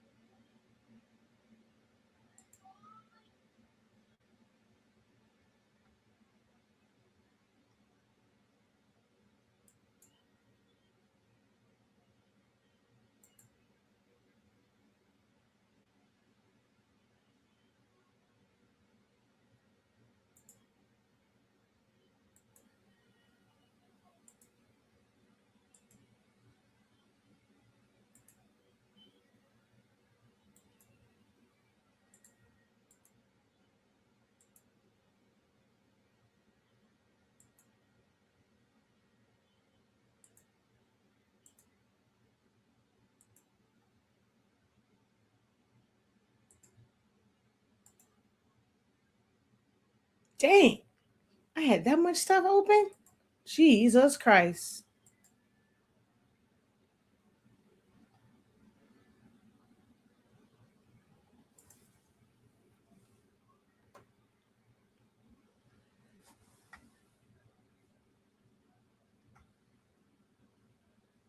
Jeepers creepers.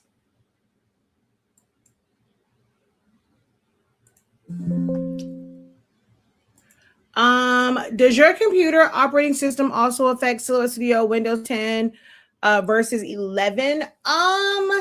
It's been a minute since I've been on Windows 10. Okay, it can, depending on the type of computer that you have. Like, what is your memory like? What is your graphics card like? What is your hard drive space?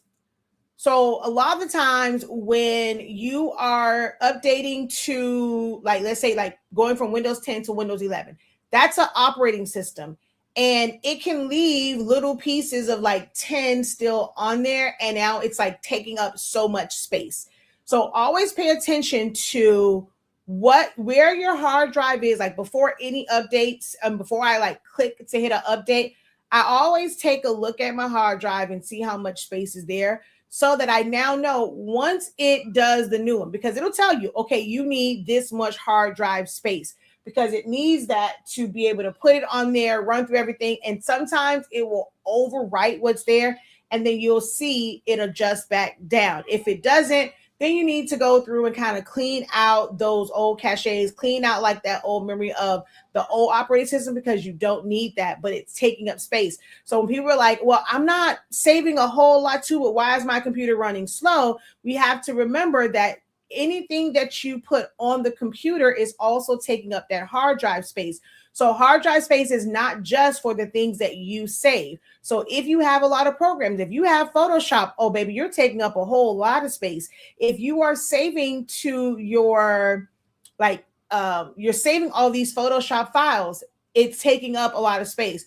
When you have Photoshop open and you have, like, you're working on designs, that in that moment while you have it open, it's taking up space. And you'll notice, like, if you look at your hard drive space when you have a design open, like a Photoshop file open, once you close it, it will reduce, like, it'll go back down. But when you have it open, it's taking up that storage space on there. So if, like, go in, remove old games. Like, if you're someone that doesn't play the games and stuff, look and see if those things were downloaded on there and they're taking up space. There's a lot of programs and things that when you're first setting up, they're automatically on there and you don't need them, and they're taking up hard drive space. It's not just your files, it's not just the pictures and things of that nature. So I can't really say it's a Windows 10 to Windows 11 thing. For some programs, making that change does affect it. And so once Windows makes a change, the third party or like whatever the program is, this is why they have some of these updates, because they now have to adjust to the new operating system. Windows may have changed how you access certain things, how certain things maneuver. I had issues, with one of the things I did, like just in like the print settings and stuff like that. So they will have to create patches. They'll have to create updates so that it's compatible with the new version. They don't consult each other on, well, hey, these are the changes that we're making to the operating system.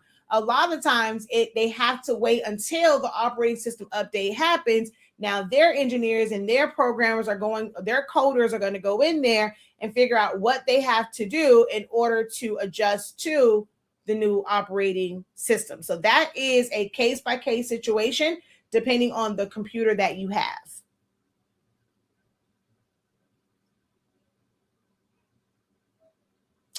I use the manual blade in everything.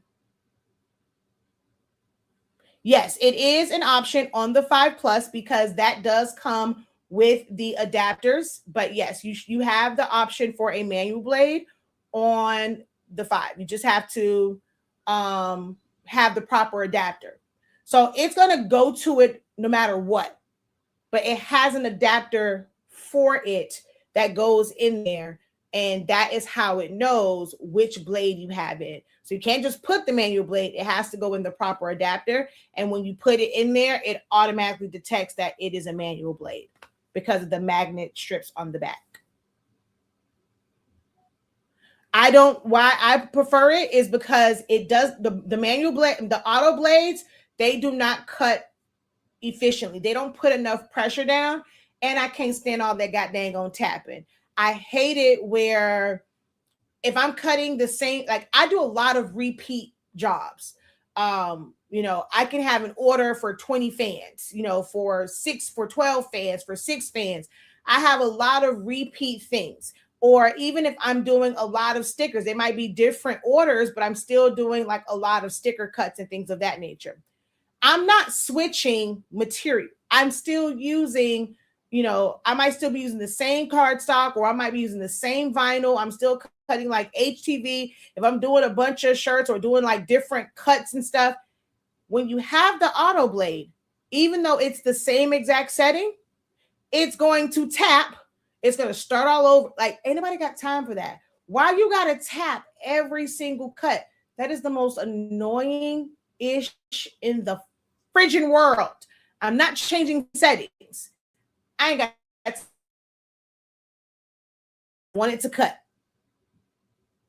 I like on this one, I like repeat job. I hit repeat job. I don't have to come to the computer. It's going to cut. With those other ones, it got the tap, tap, tap, tap, tap, tap, tap, tap, tap. Ugh, it makes my skin crawl. Makes my skin. I hate that damn tapping.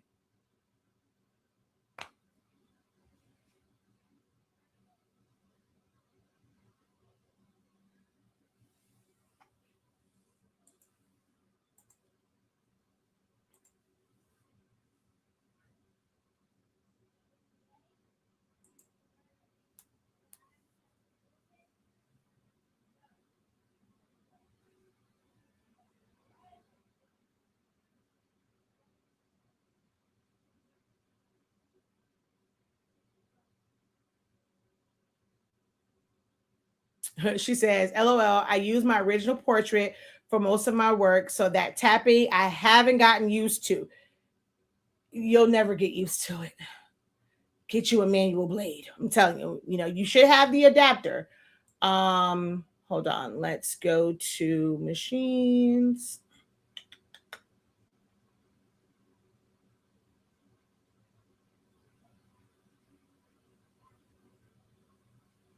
Oh, wait a minute. Let me see. Oh, you know what? I just noticed you might be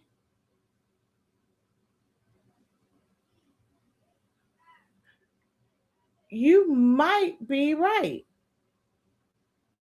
Somebody just said go on here to their. Okay, let's go back to this. You know what? My bad. Again, I know I'm definitely. Oh, baby. If that's the case, I am definitely never, ever, ever, ever, ever, ever. If it happens to be sent to me, so be it. But baby, I am never buying a Cameo 5 now. Oh my God. Thank you so Erica, thank you. Because okay, and I don't even think you can even look up the the old machines. Okay. So let's say we go here, right? You're gonna go in here and you're gonna see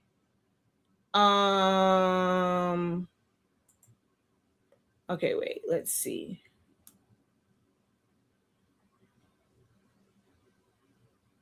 See, they have the pen holders. I was looking at what's in the box. And see, now we can't even see the Cameo 4 to know what's in. Even though this looks like the Cameo 4 still. As far as like what comes in the box, it says AutoBlade 2 adjustment tool. Don't know what adjustment tool is. Roll feeder, pen adapter, cutting mat, da da da. So, but when you look at this, it may not come in the box, but you should still be able to use it because it uses the AutoBlade 2, which is the same AutoBlade that the 4 uses, which means these plates are made the same way. I think they just no longer included in the box. And what I mean as far as like what's included in the box would be, let's go to accessories.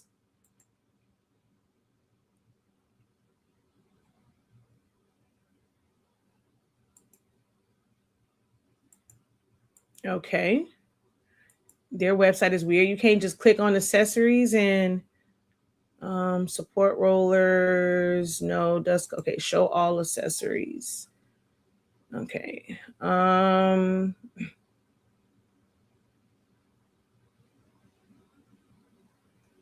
Okay. All right, maybe it's under tools and mats, AutoBlade, manual blade, pen holders, see, okay, tool adapter set. The other one said tool adapter. The what is it? See, when you go here, unless it says adjustment tool. So they just have the pen adapter. I hate the fact that you can't even, like, they don't even show you anything about the 4. Like, that's the part that I don't get because that's still one of your machines. So I don't get it. But with the, let's see, with the A, sketch pen, adapters, cutting mat, so they no longer put them in the box.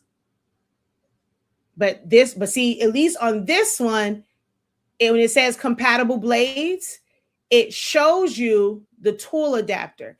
They just no longer, obviously, they no longer include it in the box. But see, on this one, compatible blades, it shows this. If I go to, I'm going to go to machines and I'm going to go to the plus. That one for blades, it doesn't show it, but it should still. So like, see, it shows rotary blades, heat pins. I don't know if it's just because they, like with your website, you tell it how many things like you want. Like, let's say they're showing, this is a collection. You tell it like how many products do you want to show like on a row. Kind of like the same thing like we would do in Shopify. So I'm not sure if because, they have the pin holder, they're showing it this way. I don't know why you can't like see all of the options. But it doesn't hurt to try. Like I would say get the pay. You can get it from Amazon as well, but it's $4.99.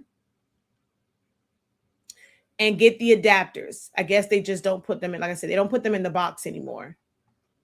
But these adapters right here is what you will need. And the gray one, I think the black one is for the manual blade. Incredible afternoon. Welcome in. We are answering questions, so feel free to ask any questions that you may have, whether it's Silhouette related, Cricut related, Caesar, if it's sublimation, DTF, print and cuts, fans, graduation, business, marketing, websites. This is an open pro call, kind of like a pro call session.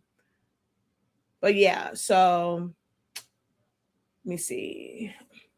Am to the Zon.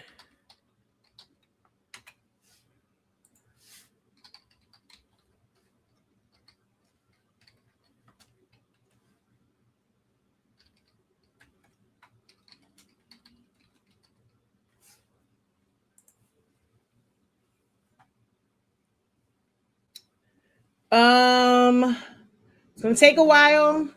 I guess is it that you're getting 2 sets? And this one says free delivery. You probably got to pay delivery from what's name, so it might come out to be the same, but this is the adapters that you need, even though it says 4. Those are the adapters that you would need.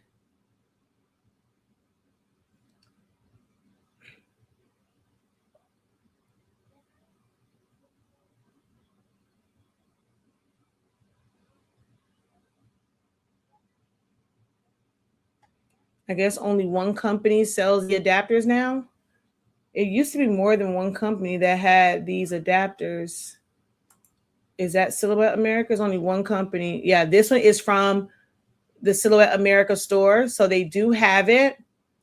They're charging $12.99 on here because Amazon take a whole lot of. So it's definitely cheaper on their website. I just don't know what that shipping will be. Shipping is free on here.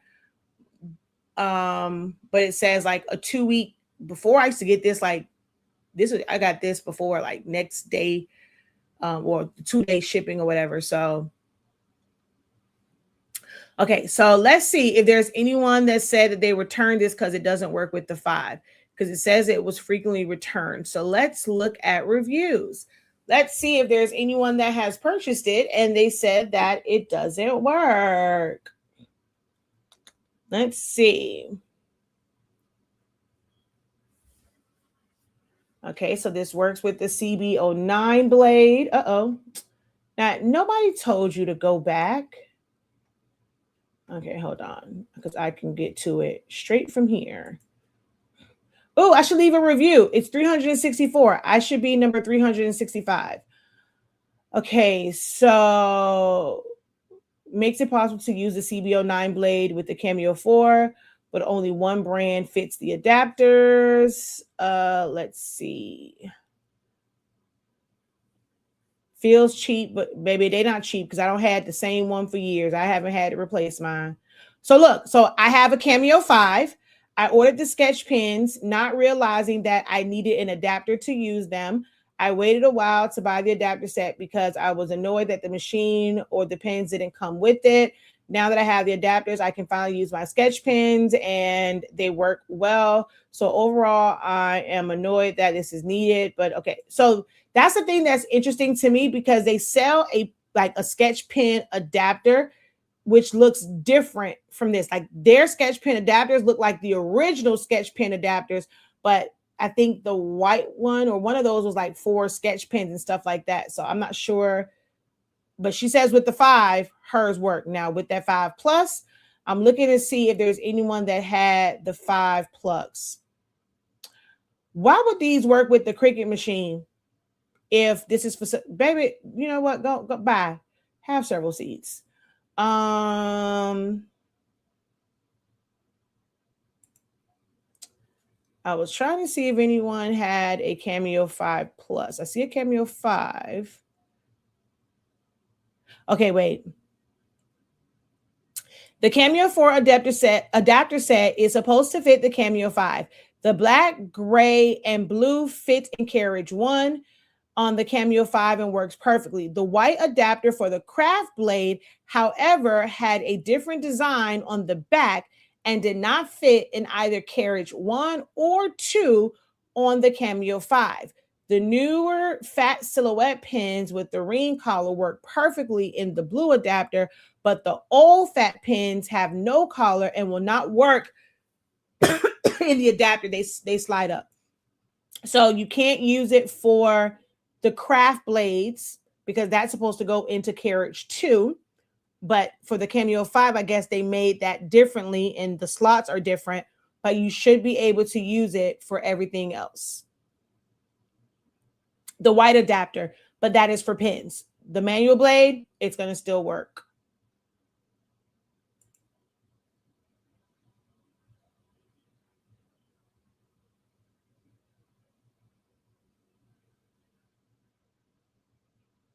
Oh, wait. No, right here. This was in 2025. They don't work with the Cameo 5 Plus. I've tried everything and just doesn't fit the tool 1. It moves while working. Unfortunately, I can't send it back. Ooh, do you have the 4? You never had the 4 to try the adapters in there? So someone here is saying that it didn't work, but sometimes that be user error. Because I can't see why would they make the 5 Plus blade carriage? Because why would they make the 5 Plus blade carriage different from the 12 blade carriage?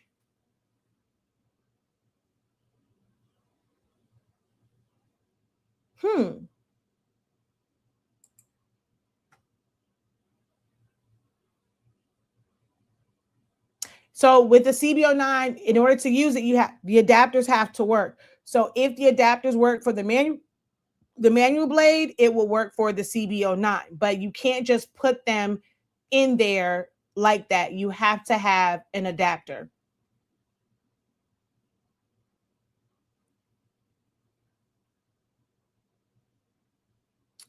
Okay, so on the site, it says the tool adapters work for the 4. The info is very vague on what works for the 5 Plus. I think the 5 uses everything the 4 uses, but not sure. Yeah, that's what I'm kind of gathering. Someone said, but you never had a 4, right? But a lot of people had the 4 and they just threw all those adapters away. So, I mean, it's worth a try. Like, I don't know what the shipping would be like from here.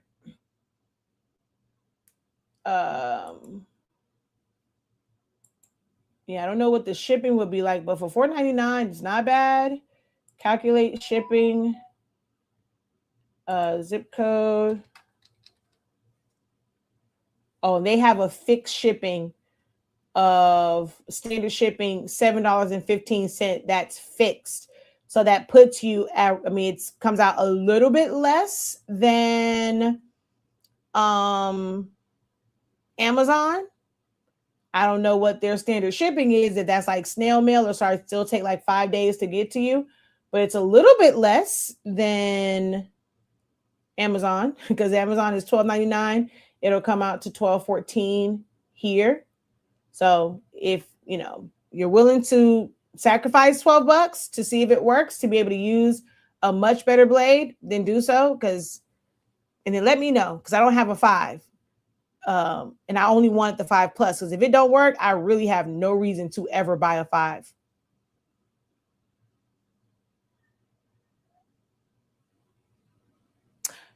I really wish you had the 5 plus because there's really no clear info out there regarding it. Never had the 4, only the originals. And I've looked for people who are local. Like I'm like, hey, you can come here. It'll be a free, just so I can get my hands on one because I don't need it. And I don't want to spend money on it where I'm just giving them free advertisement. I get no support there because I don't need it whatsoever. Like I have, even for wider cuts, I have other machines, so I don't really need the 5 plus. Okay, so after 4 years, I still can't do contour cutting with my Cameo 4. Oh, because you got a Pro, girl. When it comes to the Pro, it requires, like, there's certain setups, which is why I did the print and cut workshop. And I was asking, was anybody, I was hoping there would be some people there with the Pro. Actually, I think we had like one person, but there is a specific way that you have to set it up. Most times I can get people going with like proper contour cuts for print and cuts with the Pro, but it requires a one-on-one session because I have you put the camera at your machine and like so there's a lot of things I have to kind of point out where you slide things to, where you load it in at, if you're trying to use that humongous mat versus a 12-inch mat versus a 12 by 24-inch mat.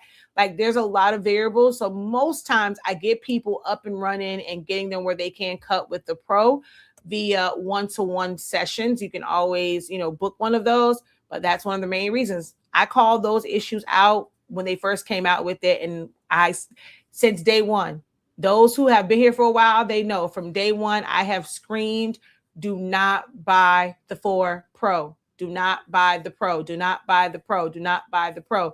Do not buy the Pro. Don't get the Pro. Don't get the Pro. I have literally screamed that since the day that they released it.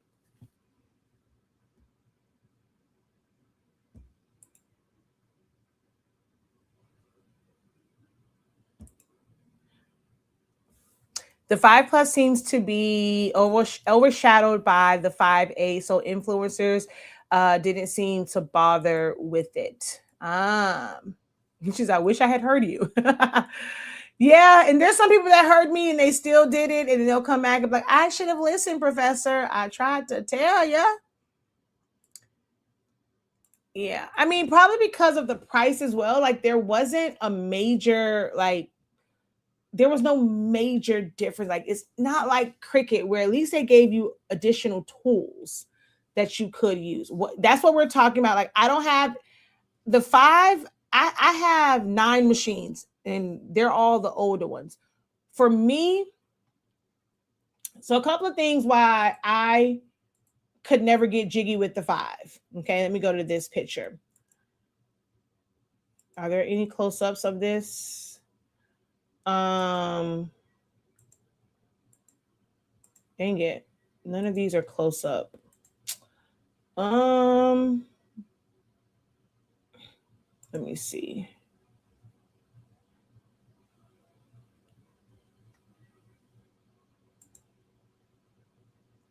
Okay. When they first came out with this, the way that they have the bar in front and the way they have the rollers, I was like, oh, absolutely the heck not. Nope, not gonna happen, Captain. With loading the mat, that I already knew that would irritate the crap out of me. That was first things first. Not gonna happen, Captain. Don't want it. Send it returns. Like I just was like, no, back to the drawing board. I did like the fact that they brought back repeat job, but just the setup of it, I foresaw it being an issue. And for a lot of people, they first got it. Oh, it was a major issue. the first couple of runs, they had to kind of redo some things and fix some bugs because print and cut was not working with this because of these things like being in the way and stuff like that. So just the overall look of it, I was like, absolutely not. I did not need another 12-inch machine. So I thought about getting the Plus, but baby, the cost of it, now see, now it's not that, this was a little bit more, I think, before. So it's $400, and I was like, I don't really need this. Yeah, I'm like, I really don't need this one. Not for, and I think Swing Designs, they didn't even have the machine only. They always had like these bundles. And I'm like, one, I don't even need this vinyl. I don't use y'all vinyl. So I was like, no.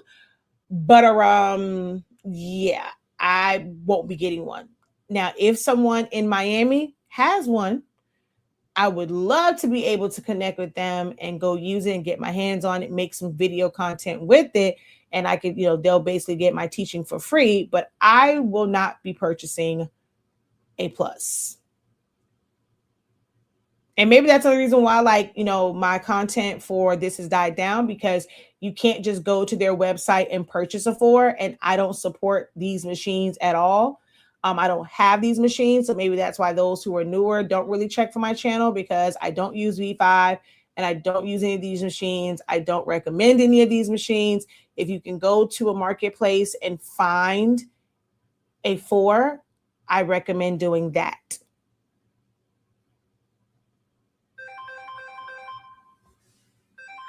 Please hold.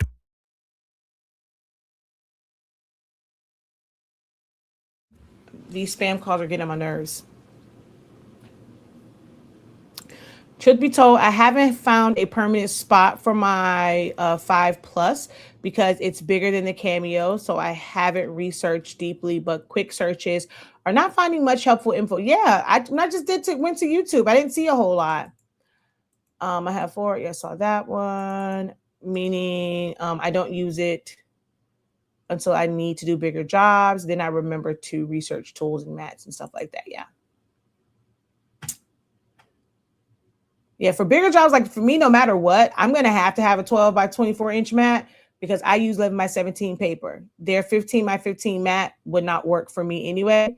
So I was like, and I rarely ever cut without a mat for HTV or like, so HTV is really the only thing that is 15 inches.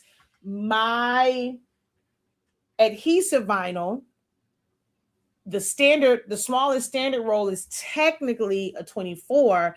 I have mine cut down to 12. There are some companies that do sell full rolls as 12s, but I buy 24-inch rolls and I have them cut down. So those still wouldn't fit inside the 15-inch.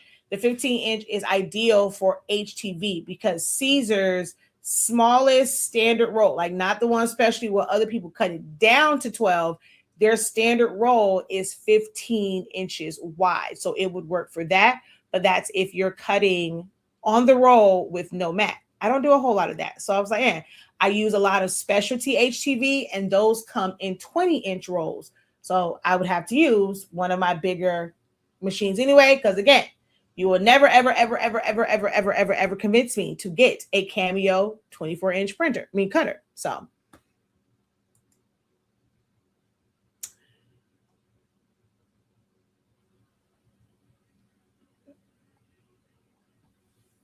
but yeah, bigger jobs for me just means longer, and my regular Cameos, they do that. So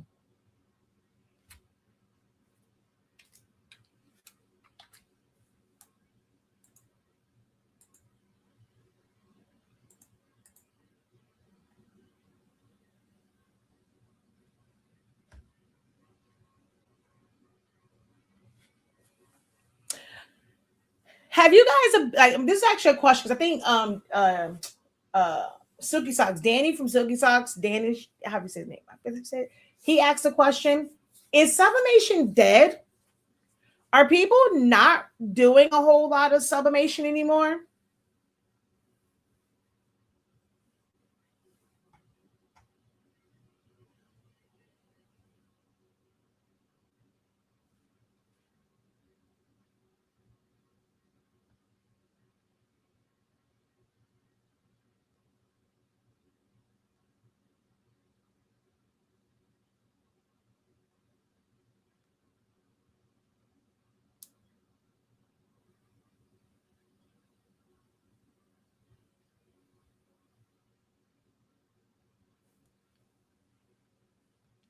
I'm gonna pull out my Cameo 3 and try it. Yeah, I mean, 3 is I mean, it's better than the 5.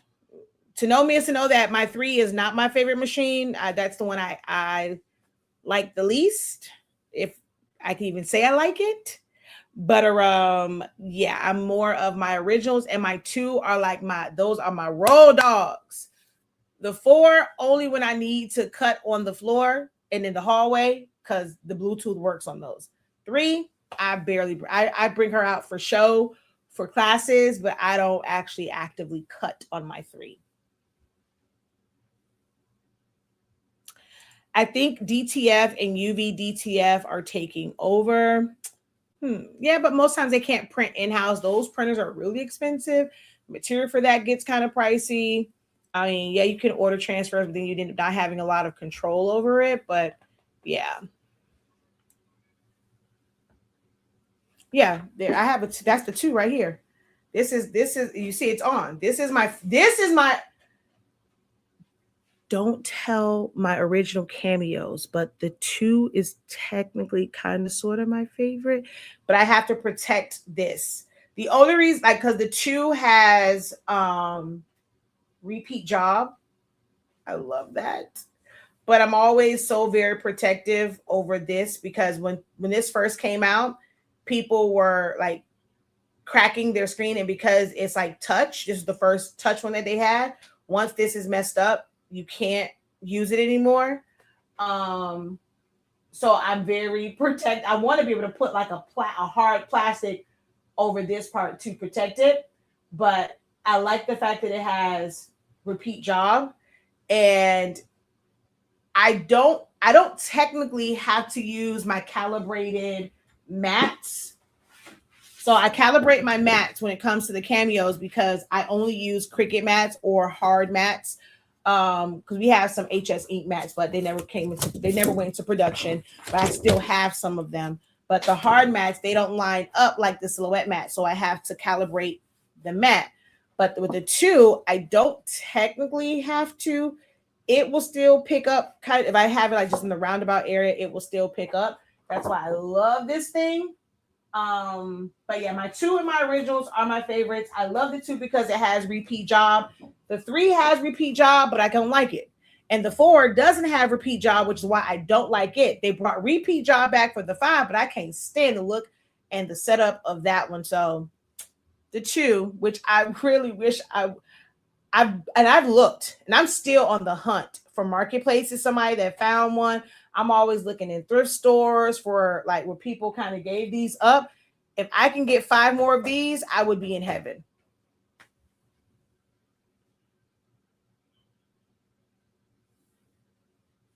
Yes, but you can send the job from, but you can't load it. So if it's in a place where you can't load the mat, you can only load the mat from here. You can't load the mat from the computer.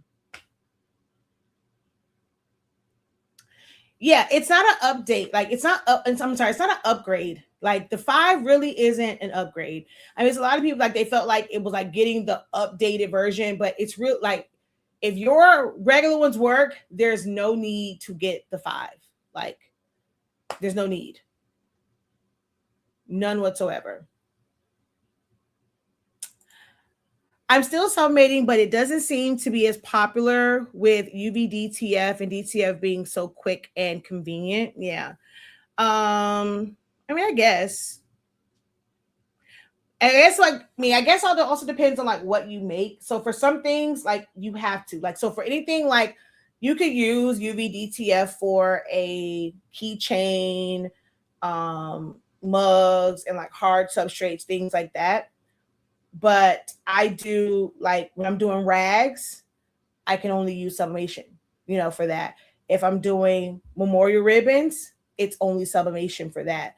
If I'm doing, what are some other things? Because even with the tumbler, there's so many options to do a tumbler. You don't have to do sublimation, but there are some things where sublimation is like literally the only option. Mainly my rags and towels, blankets.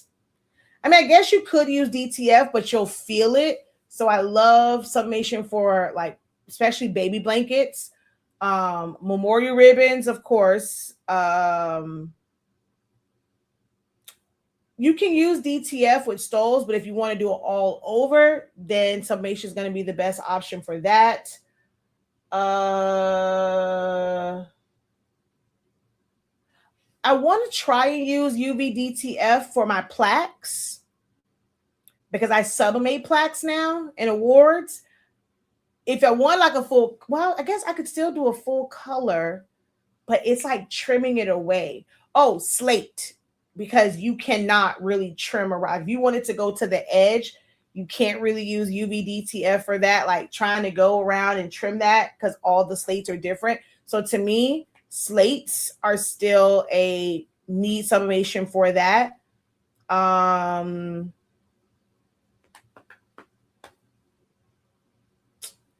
even with cutting boards, you would have to make sure that you let the printer know to print it in reverse, and you can put it under a clear cutting board and be able to still use it. So you don't need sublimation for that.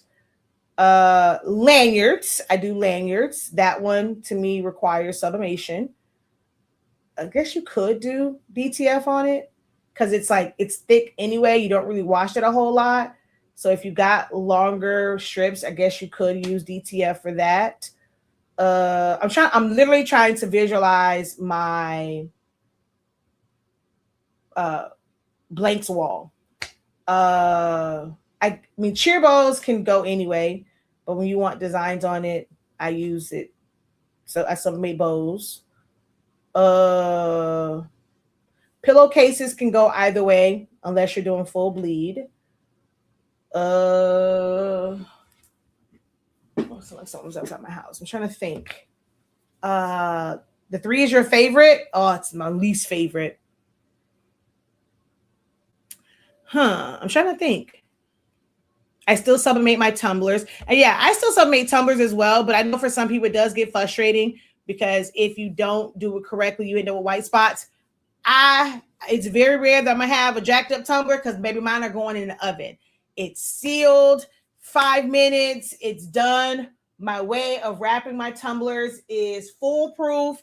I don't have them issues anymore. When I try to do all the other ways, I had all these issues. My way of doing tumblers, I have no issue. I go to my mama house and do my tumblers all the time because I'm gonna put them all in the oven and call it a day, shouted. So yeah, I still submit my tumblers. Why don't I like the Cameo 3?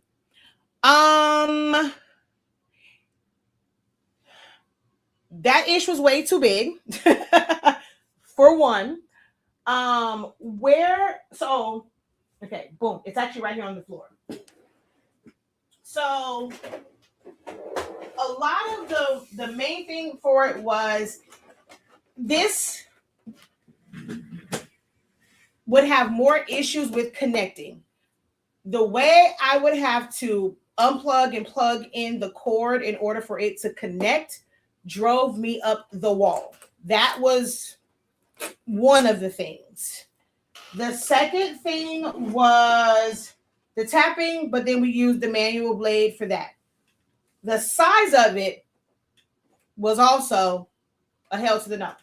So where my machines sat at and like the shelves, I'm not sure if y'all can see from there.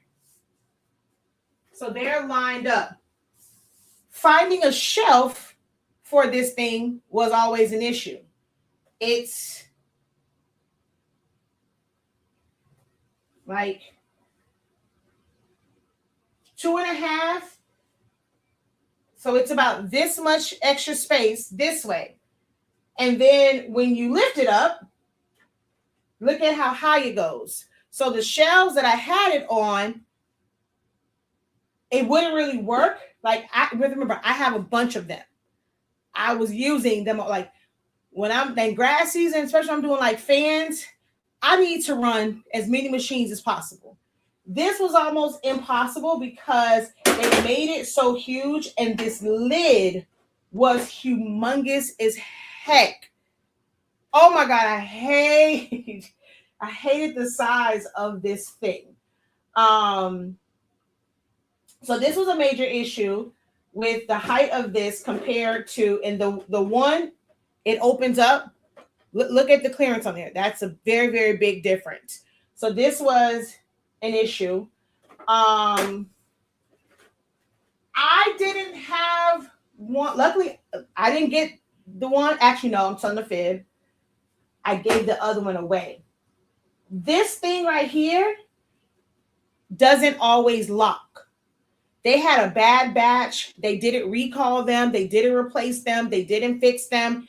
And this would not lock. So you would have to wrap tape around it to keep it from spinning. That was annoying as crap. Anybody got time for that, to keep having to do that? So that was an issue.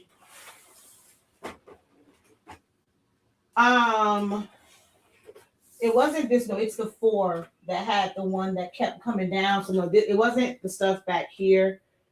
It's the 4. At first, used to drive me crazy because that cross cutter would come down and it would mess up. But this one it was more so the size of this one and that tapping of the blade. I hated the tapping of the blade. So that's why I couldn't stand it. Can't stand it. It is very dusty because she never gets used. Ever, ever, ever, ever. Every once in a while, every 2 blue moons, she gets used. She's here for decorations and for teaching purposes, but we don't use her.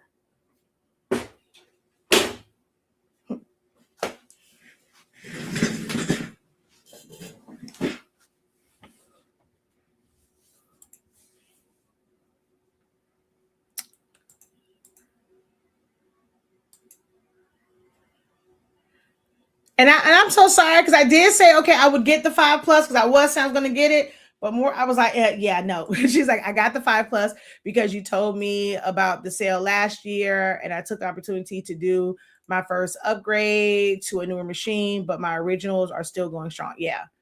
Like, see, actually just using this one. Here's my original. I have 3 of these. I have 3 originals, a 2, 1, 3. 3 originals or 4 originals? Because I think my mom ended up buying one, but I know I got 3 originals, a 2, a 3. I now have 3 4s because someone gave me one. A portrait 3. I guess when I had 9, I have 8. Oh, there is 9. That's 9 machines. Yes. I have 9 machines now.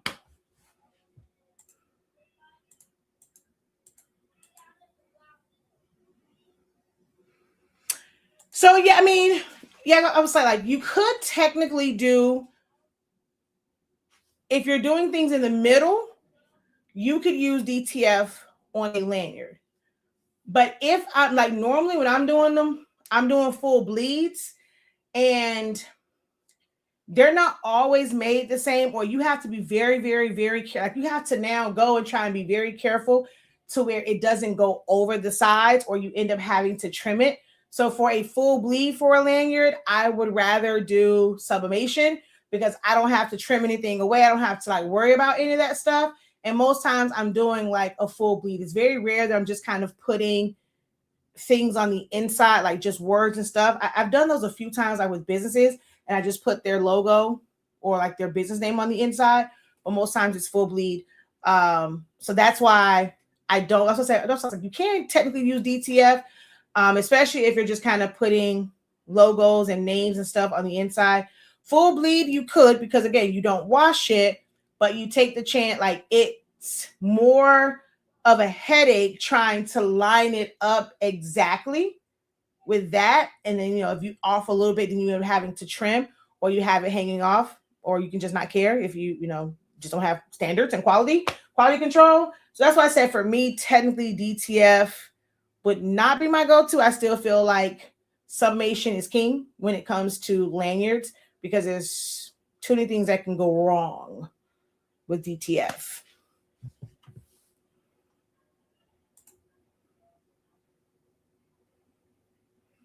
Oh wait, let me see. They did a full bleed, but oh my God, I hate this because I can't really see it. Okay, hold on. They did a full bleed, but they had their own printer. So who knows how many reprints and edits they did to their video. Exactly. So explain full bleed, no problem. So full bleed just means that you're going edge to edge. Okay.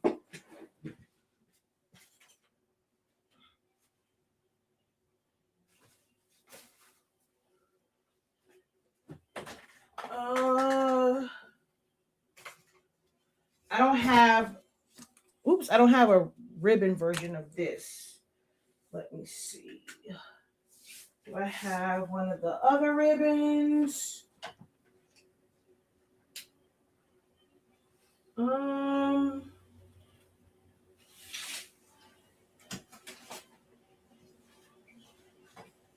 it, I was hoping I would have a ribbon or a lanyard in here. But I don't see. But my husband also did just clean my room. So certain things where I knew where they were, I no longer know where they are. I had organized chaos. My husband didn't like my organized chaos. So for Mother's Day, he cleaned my room, but then I can't find Ish. Okay. I don't see any of the ribbons that I just did. Because I always keep extra because that is how I do my marketing. I don't try to force myself to take pictures of the order. I make extras so that I can take my own pictures. Okay, I'll just use, these will still give you kind of an idea of what I mean by full bleed. So let's take this slate for example. You can go, this is normally white. So you can go and put words and stuff, or you can put someone's picture on here and it's not going to go edge to edge. So full bleed means it basically just goes past the edge. So if you were to put something on here, it's just like in the center of it. And you can put UV DTF on here. You can even do sublimation. But that's what I was saying, like the way these edges are, you wouldn't be able to trim this. If you tried to do UV DTF, and for some reason, when it comes to UV DTF, people think that you can't do like a solid block. Like they always want it to be open, but you can literally cover the entire face of something, like have the entire thing printed. But something like this, you wouldn't be able to cut like properly around the edges of it. So it'll look kind of funky because these edges are all, over the place and no two are the same. So sublimation is still best if you're going to do something like this. When I'm doing sashes, I can use HTV if it's something like this, but for something that's like a stole, or if I'm doing a full sash, it needs to be sublimation because it goes all the way to the edge. Like this rag. So this rag is considered to be a full bleed rag because it goes over the edge. So when I'm designing it, I make the design a 1/4 inch to a 1/2 inch bigger. That way I just sit it in the middle and the color goes all the way to the edge, and I don't take the chance of getting any white around the edges of this. Whereas putting something in the middle is like just doing a center print is like this. It's not going to the edge. Or if it was a shirt and you're just doing a center print, but full bleed will be going all the way to the edge. Normally when I'm doing ribbons, it's going like the color is going all the way to the edge. It's a full bleed.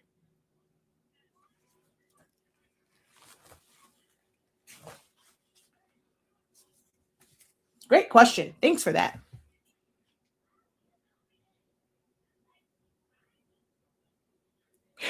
She said, I was jealous when you said your husband cleaned your room. Then you said you couldn't find anything.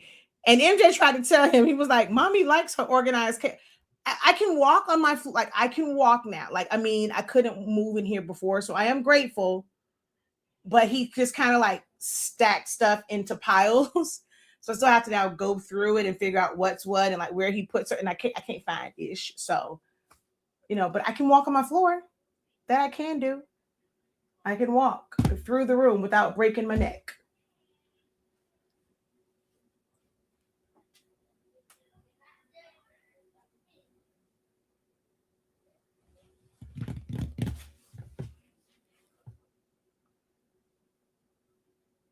Yeah, the 3 is very high.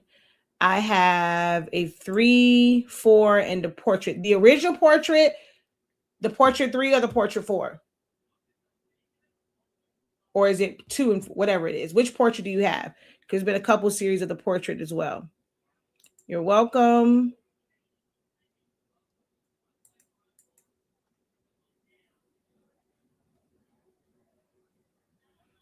My portrait is still in the box. I have yet to open that thing. I also now have a white toner, and I haven't even set that up because for some reason I can't find the cord. I want to set it up. Like we got it and it came in here, but I don't know what I did with the power cord. But I really want to set up this white toner printer because that's another way. Like you wouldn't need to use, I wouldn't need to use DTF because you would use the A and B and you can press it to different things. Like I wanted really to do gable boxes and I can't because I can't find the cord. Like I would love to be able to do gable boxes without sticker paper, without stickers. Oh, hold on.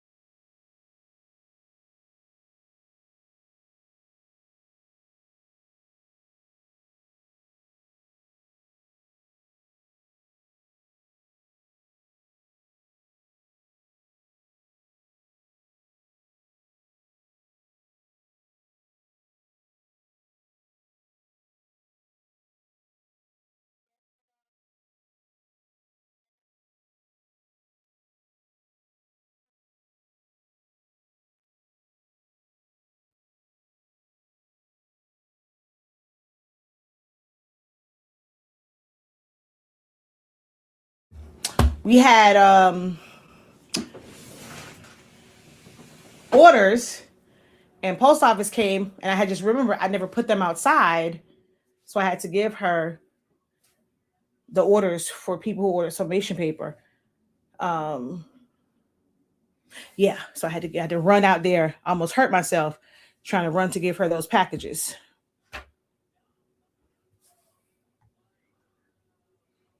I have the 2, the 3, and 2. You purchased 2. Oh, one was gifted. You have 2 pros. Yeah, that, I mean, if you want, like I said, you can always book a one-on-one session.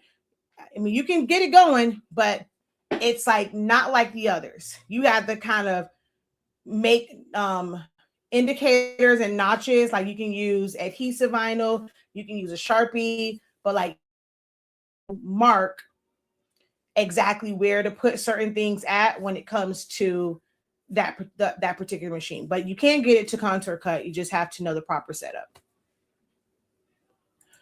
All right, so literally 5 more minutes, guys, because MJ will be done with photography in about 10 minutes, and his school is 5 minutes away. Hold on.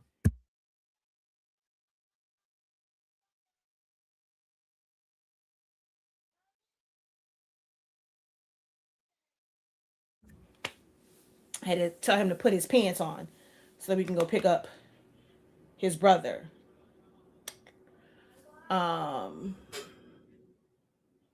One of the things I've never seen people use, and maybe, I mean, it's just in the places I've looked, things that I haven't seen people use DTF for. And maybe even you can, because with this, if you end up doing what, you can probably use, because I've put adhesive vinyl on these and they stayed, like I've had them for years. But this is HTV. Even with canvases, well, if you don't want to have to cut everything, I have yet to really see people use DTF to create art on canvases.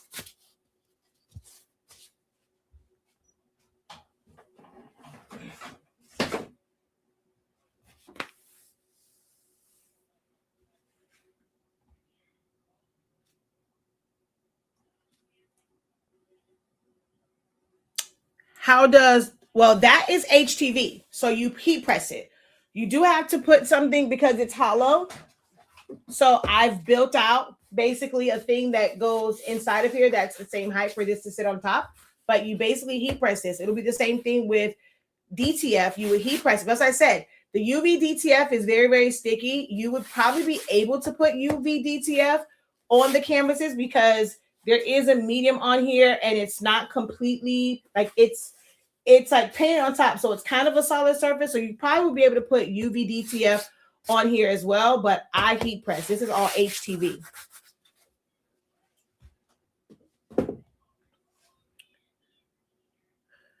I never got the Curio. I have the original Curio, which I've used maybe twice years ago, and 2 Cricuts and a Joy that I've used maybe 4 or 5 times. A Brother Scan and Cut that I've used once. So you were addicted to cutting machines. I have the 3. That's the one that's right here, still in the box. Still in the box. Because the 3 has the...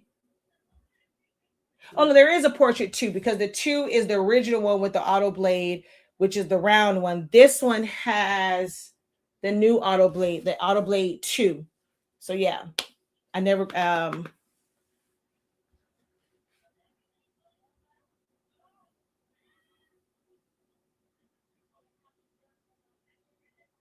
Yep, it's my pickup time as well. She's like, thank you so very much. Like you, it's pickup time. It's been very helpful. You are very welcome. I may have missed it, but which do you recommend? What do you mean? Which do I recommend for what?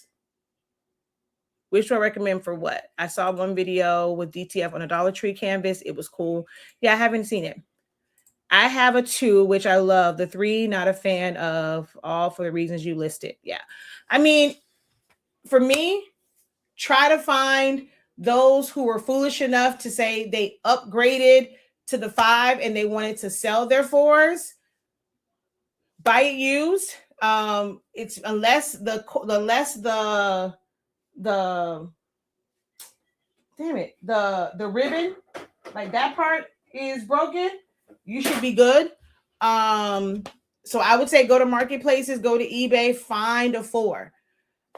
Or maybe, I mean, I wouldn't say the plus because people say like you can't use certain things with the plus. So I guess maybe the original Cameo 5. And I think the Alpha, they probably made it closer to the plus. So with the Alpha, you probably can't use the adapters. Because remember, they had a Cameo 5 and then they came out with the Cameo 5 Alpha, which is weird to me in that name because Alpha is first. It's the 2nd generation. So I don't know why. And I guess they didn't want to call it like beta testing. But you could have came up with a different name because it's not the first. There was already a Cameo 5. They started calling it the Cameo 5 Alpha. Don't know what that is. Don't really know the difference because they look the same, but it might be the functionality when it comes to those adapters, and they've prevented you from using manual blades with it. Like some people are saying they did with the plus. But yeah, I would say go to marketplaces, find a 2, find a 4, but I would never pay full price for a 5. Now, if I ever go and someone is getting rid of their 5 because they realize it was trash and they're selling it for a decent price, I may consider getting it that way, but I would never pay full price for a 5.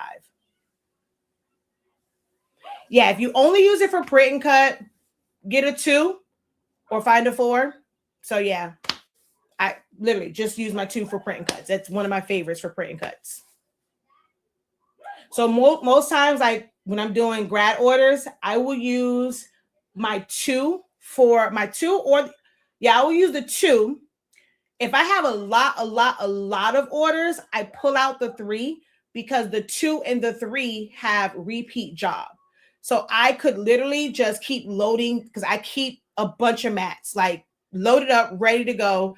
I don't try to operate just from a few mats. So I'll just, once they print out, I'll have them on there ready to go and I'll just load them. And the two and the three have repeat job. So if it's not like too crazy, I pretty much do all of my print and cuts. Like if it's like let's say if it's somebody that ordered the minimum, which is 6 smalls, because it's 3 sheets, I can do those like, and I can put that on a 4 and just kind of send that or whatever.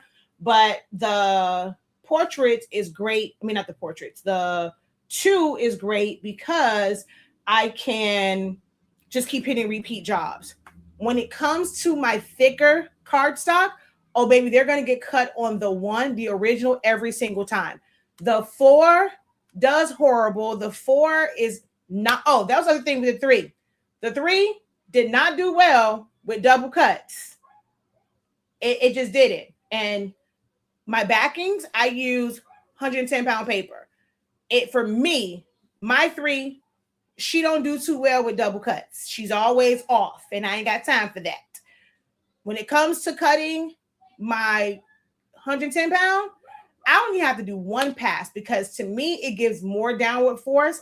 I can cut through my 110-pound backing for like my fans and stuff with the 1 in 1 pass. I'll have to do 2. If I do 2, to me, it is the most accurate out of all of them. So I normally cut my backings, but I don't have repeat jobs, so I have to keep going to the computer to hit send. Or if it's like a really big job, I save it to an SD card. I put it in there. I just keep sending it from the SD card. But then my 2 is my workhorse for all things print and cut because of that repeat job. So I have a process. I have a system. System save lives.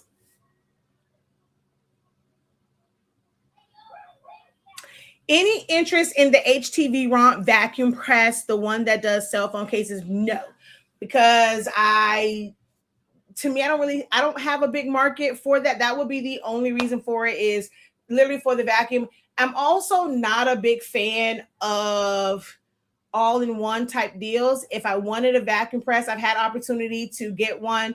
I had one of the companies offer to send me one. I didn't have the space for it, and it was just like really no need for me to kind of have that. So I turned it down. I'm just not a big fan of multi-use heat presses. In theory, it sounds good, but it would be interesting to see if there is a delay time that you have to wait from using the vacuum to using it as a regular heat press. Like, are they both heating up at the same time? Like, can you use them like back to back and automatically switch from one? Or do you have to kind of like wait and stuff like that? Like, that would be really interesting, because I'm trying to remember, like, if the top part, if it still fully closes down, or is that like its own internal thing? Because if it has to close down, I'm pretty sure it has to cool down, because you wouldn't want that hot platen, top platen on the bottom platen. So from the pictures that I've seen so far, like I would think that would be an issue.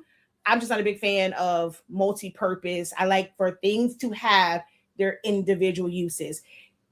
For a crafter who's not really doing a lot of business like with these things, and like each one is like, okay, a little bit here and there, I can see their allure with it.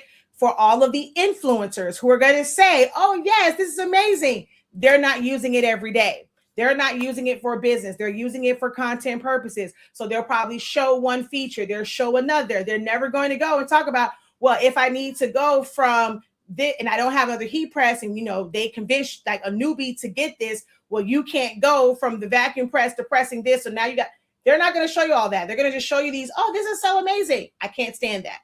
I have a dedicated machine for what you want it to do. That's just me.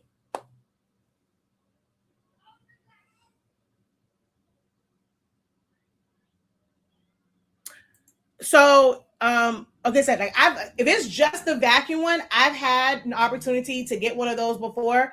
I don't do enough of those things in order to, and then you have to have a special film for that. It's not really your regular paper.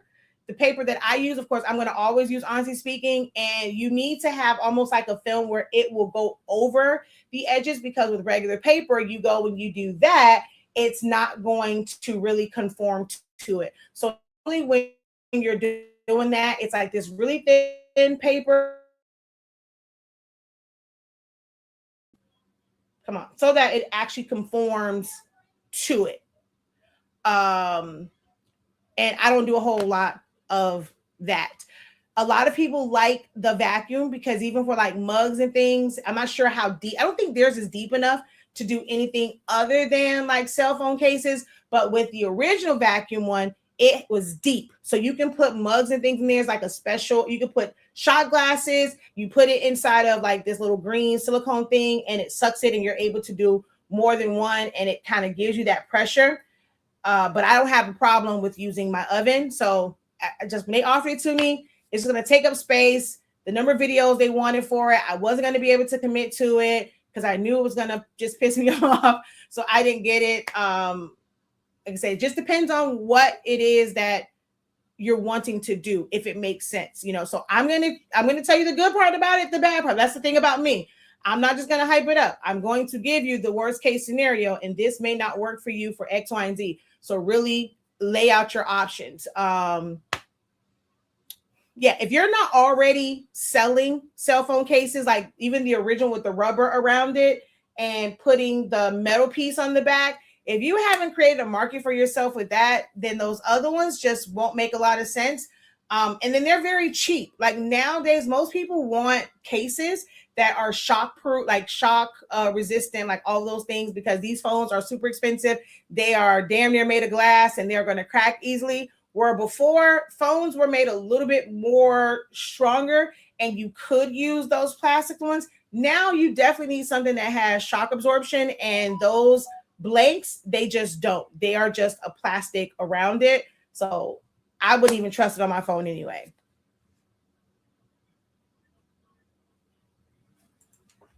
All right, gotta go pick up MJ. I shall talk to you guys later. It won't be tonight. We have our creative business. If you are in creative business, make sure you're checking your emails. Come to the session. You're paying for it, so why not come to the session? And if you are wanting to enroll in it, send me a message and I will send you over all the information. I don't have time to like post it now. As far as our creative business, you can try it out for 7 days for $13.65. So if you want to attend tonight's session, we are going over systems to make your life easier. So if you want to just attend tonight's session, you can do it. I think it's $13.65 for a 7-day pass. Yeah, I think so. So you get to kind of watch all the videos that's there for 7 days. All right, y'all. Until next time, have a great one. Let me see. Hold on. I see something else here. Yes, the ones with the film. Been waiting to see more videos showing what else can be subbed in it. I have the big vacuum press from back in the day. So what you want? You just like buying stuff. If you have the regular vacuum one, what you want? You can tell you can't put anything deep. Their well is like this. So like you could probably do things like slates on it. You know, like the cell phone cases, anything that's like keychains, maybe. But if you have that, why you won't stop trying to buy stuff just because people are showing it? Okay, you don't need it. You have something that's far better that can do a whole lot more. Don't look at not a damn another real demonstration of that. You don't need it. Okay? You don't need it. Yes, you like new things. You don't need it.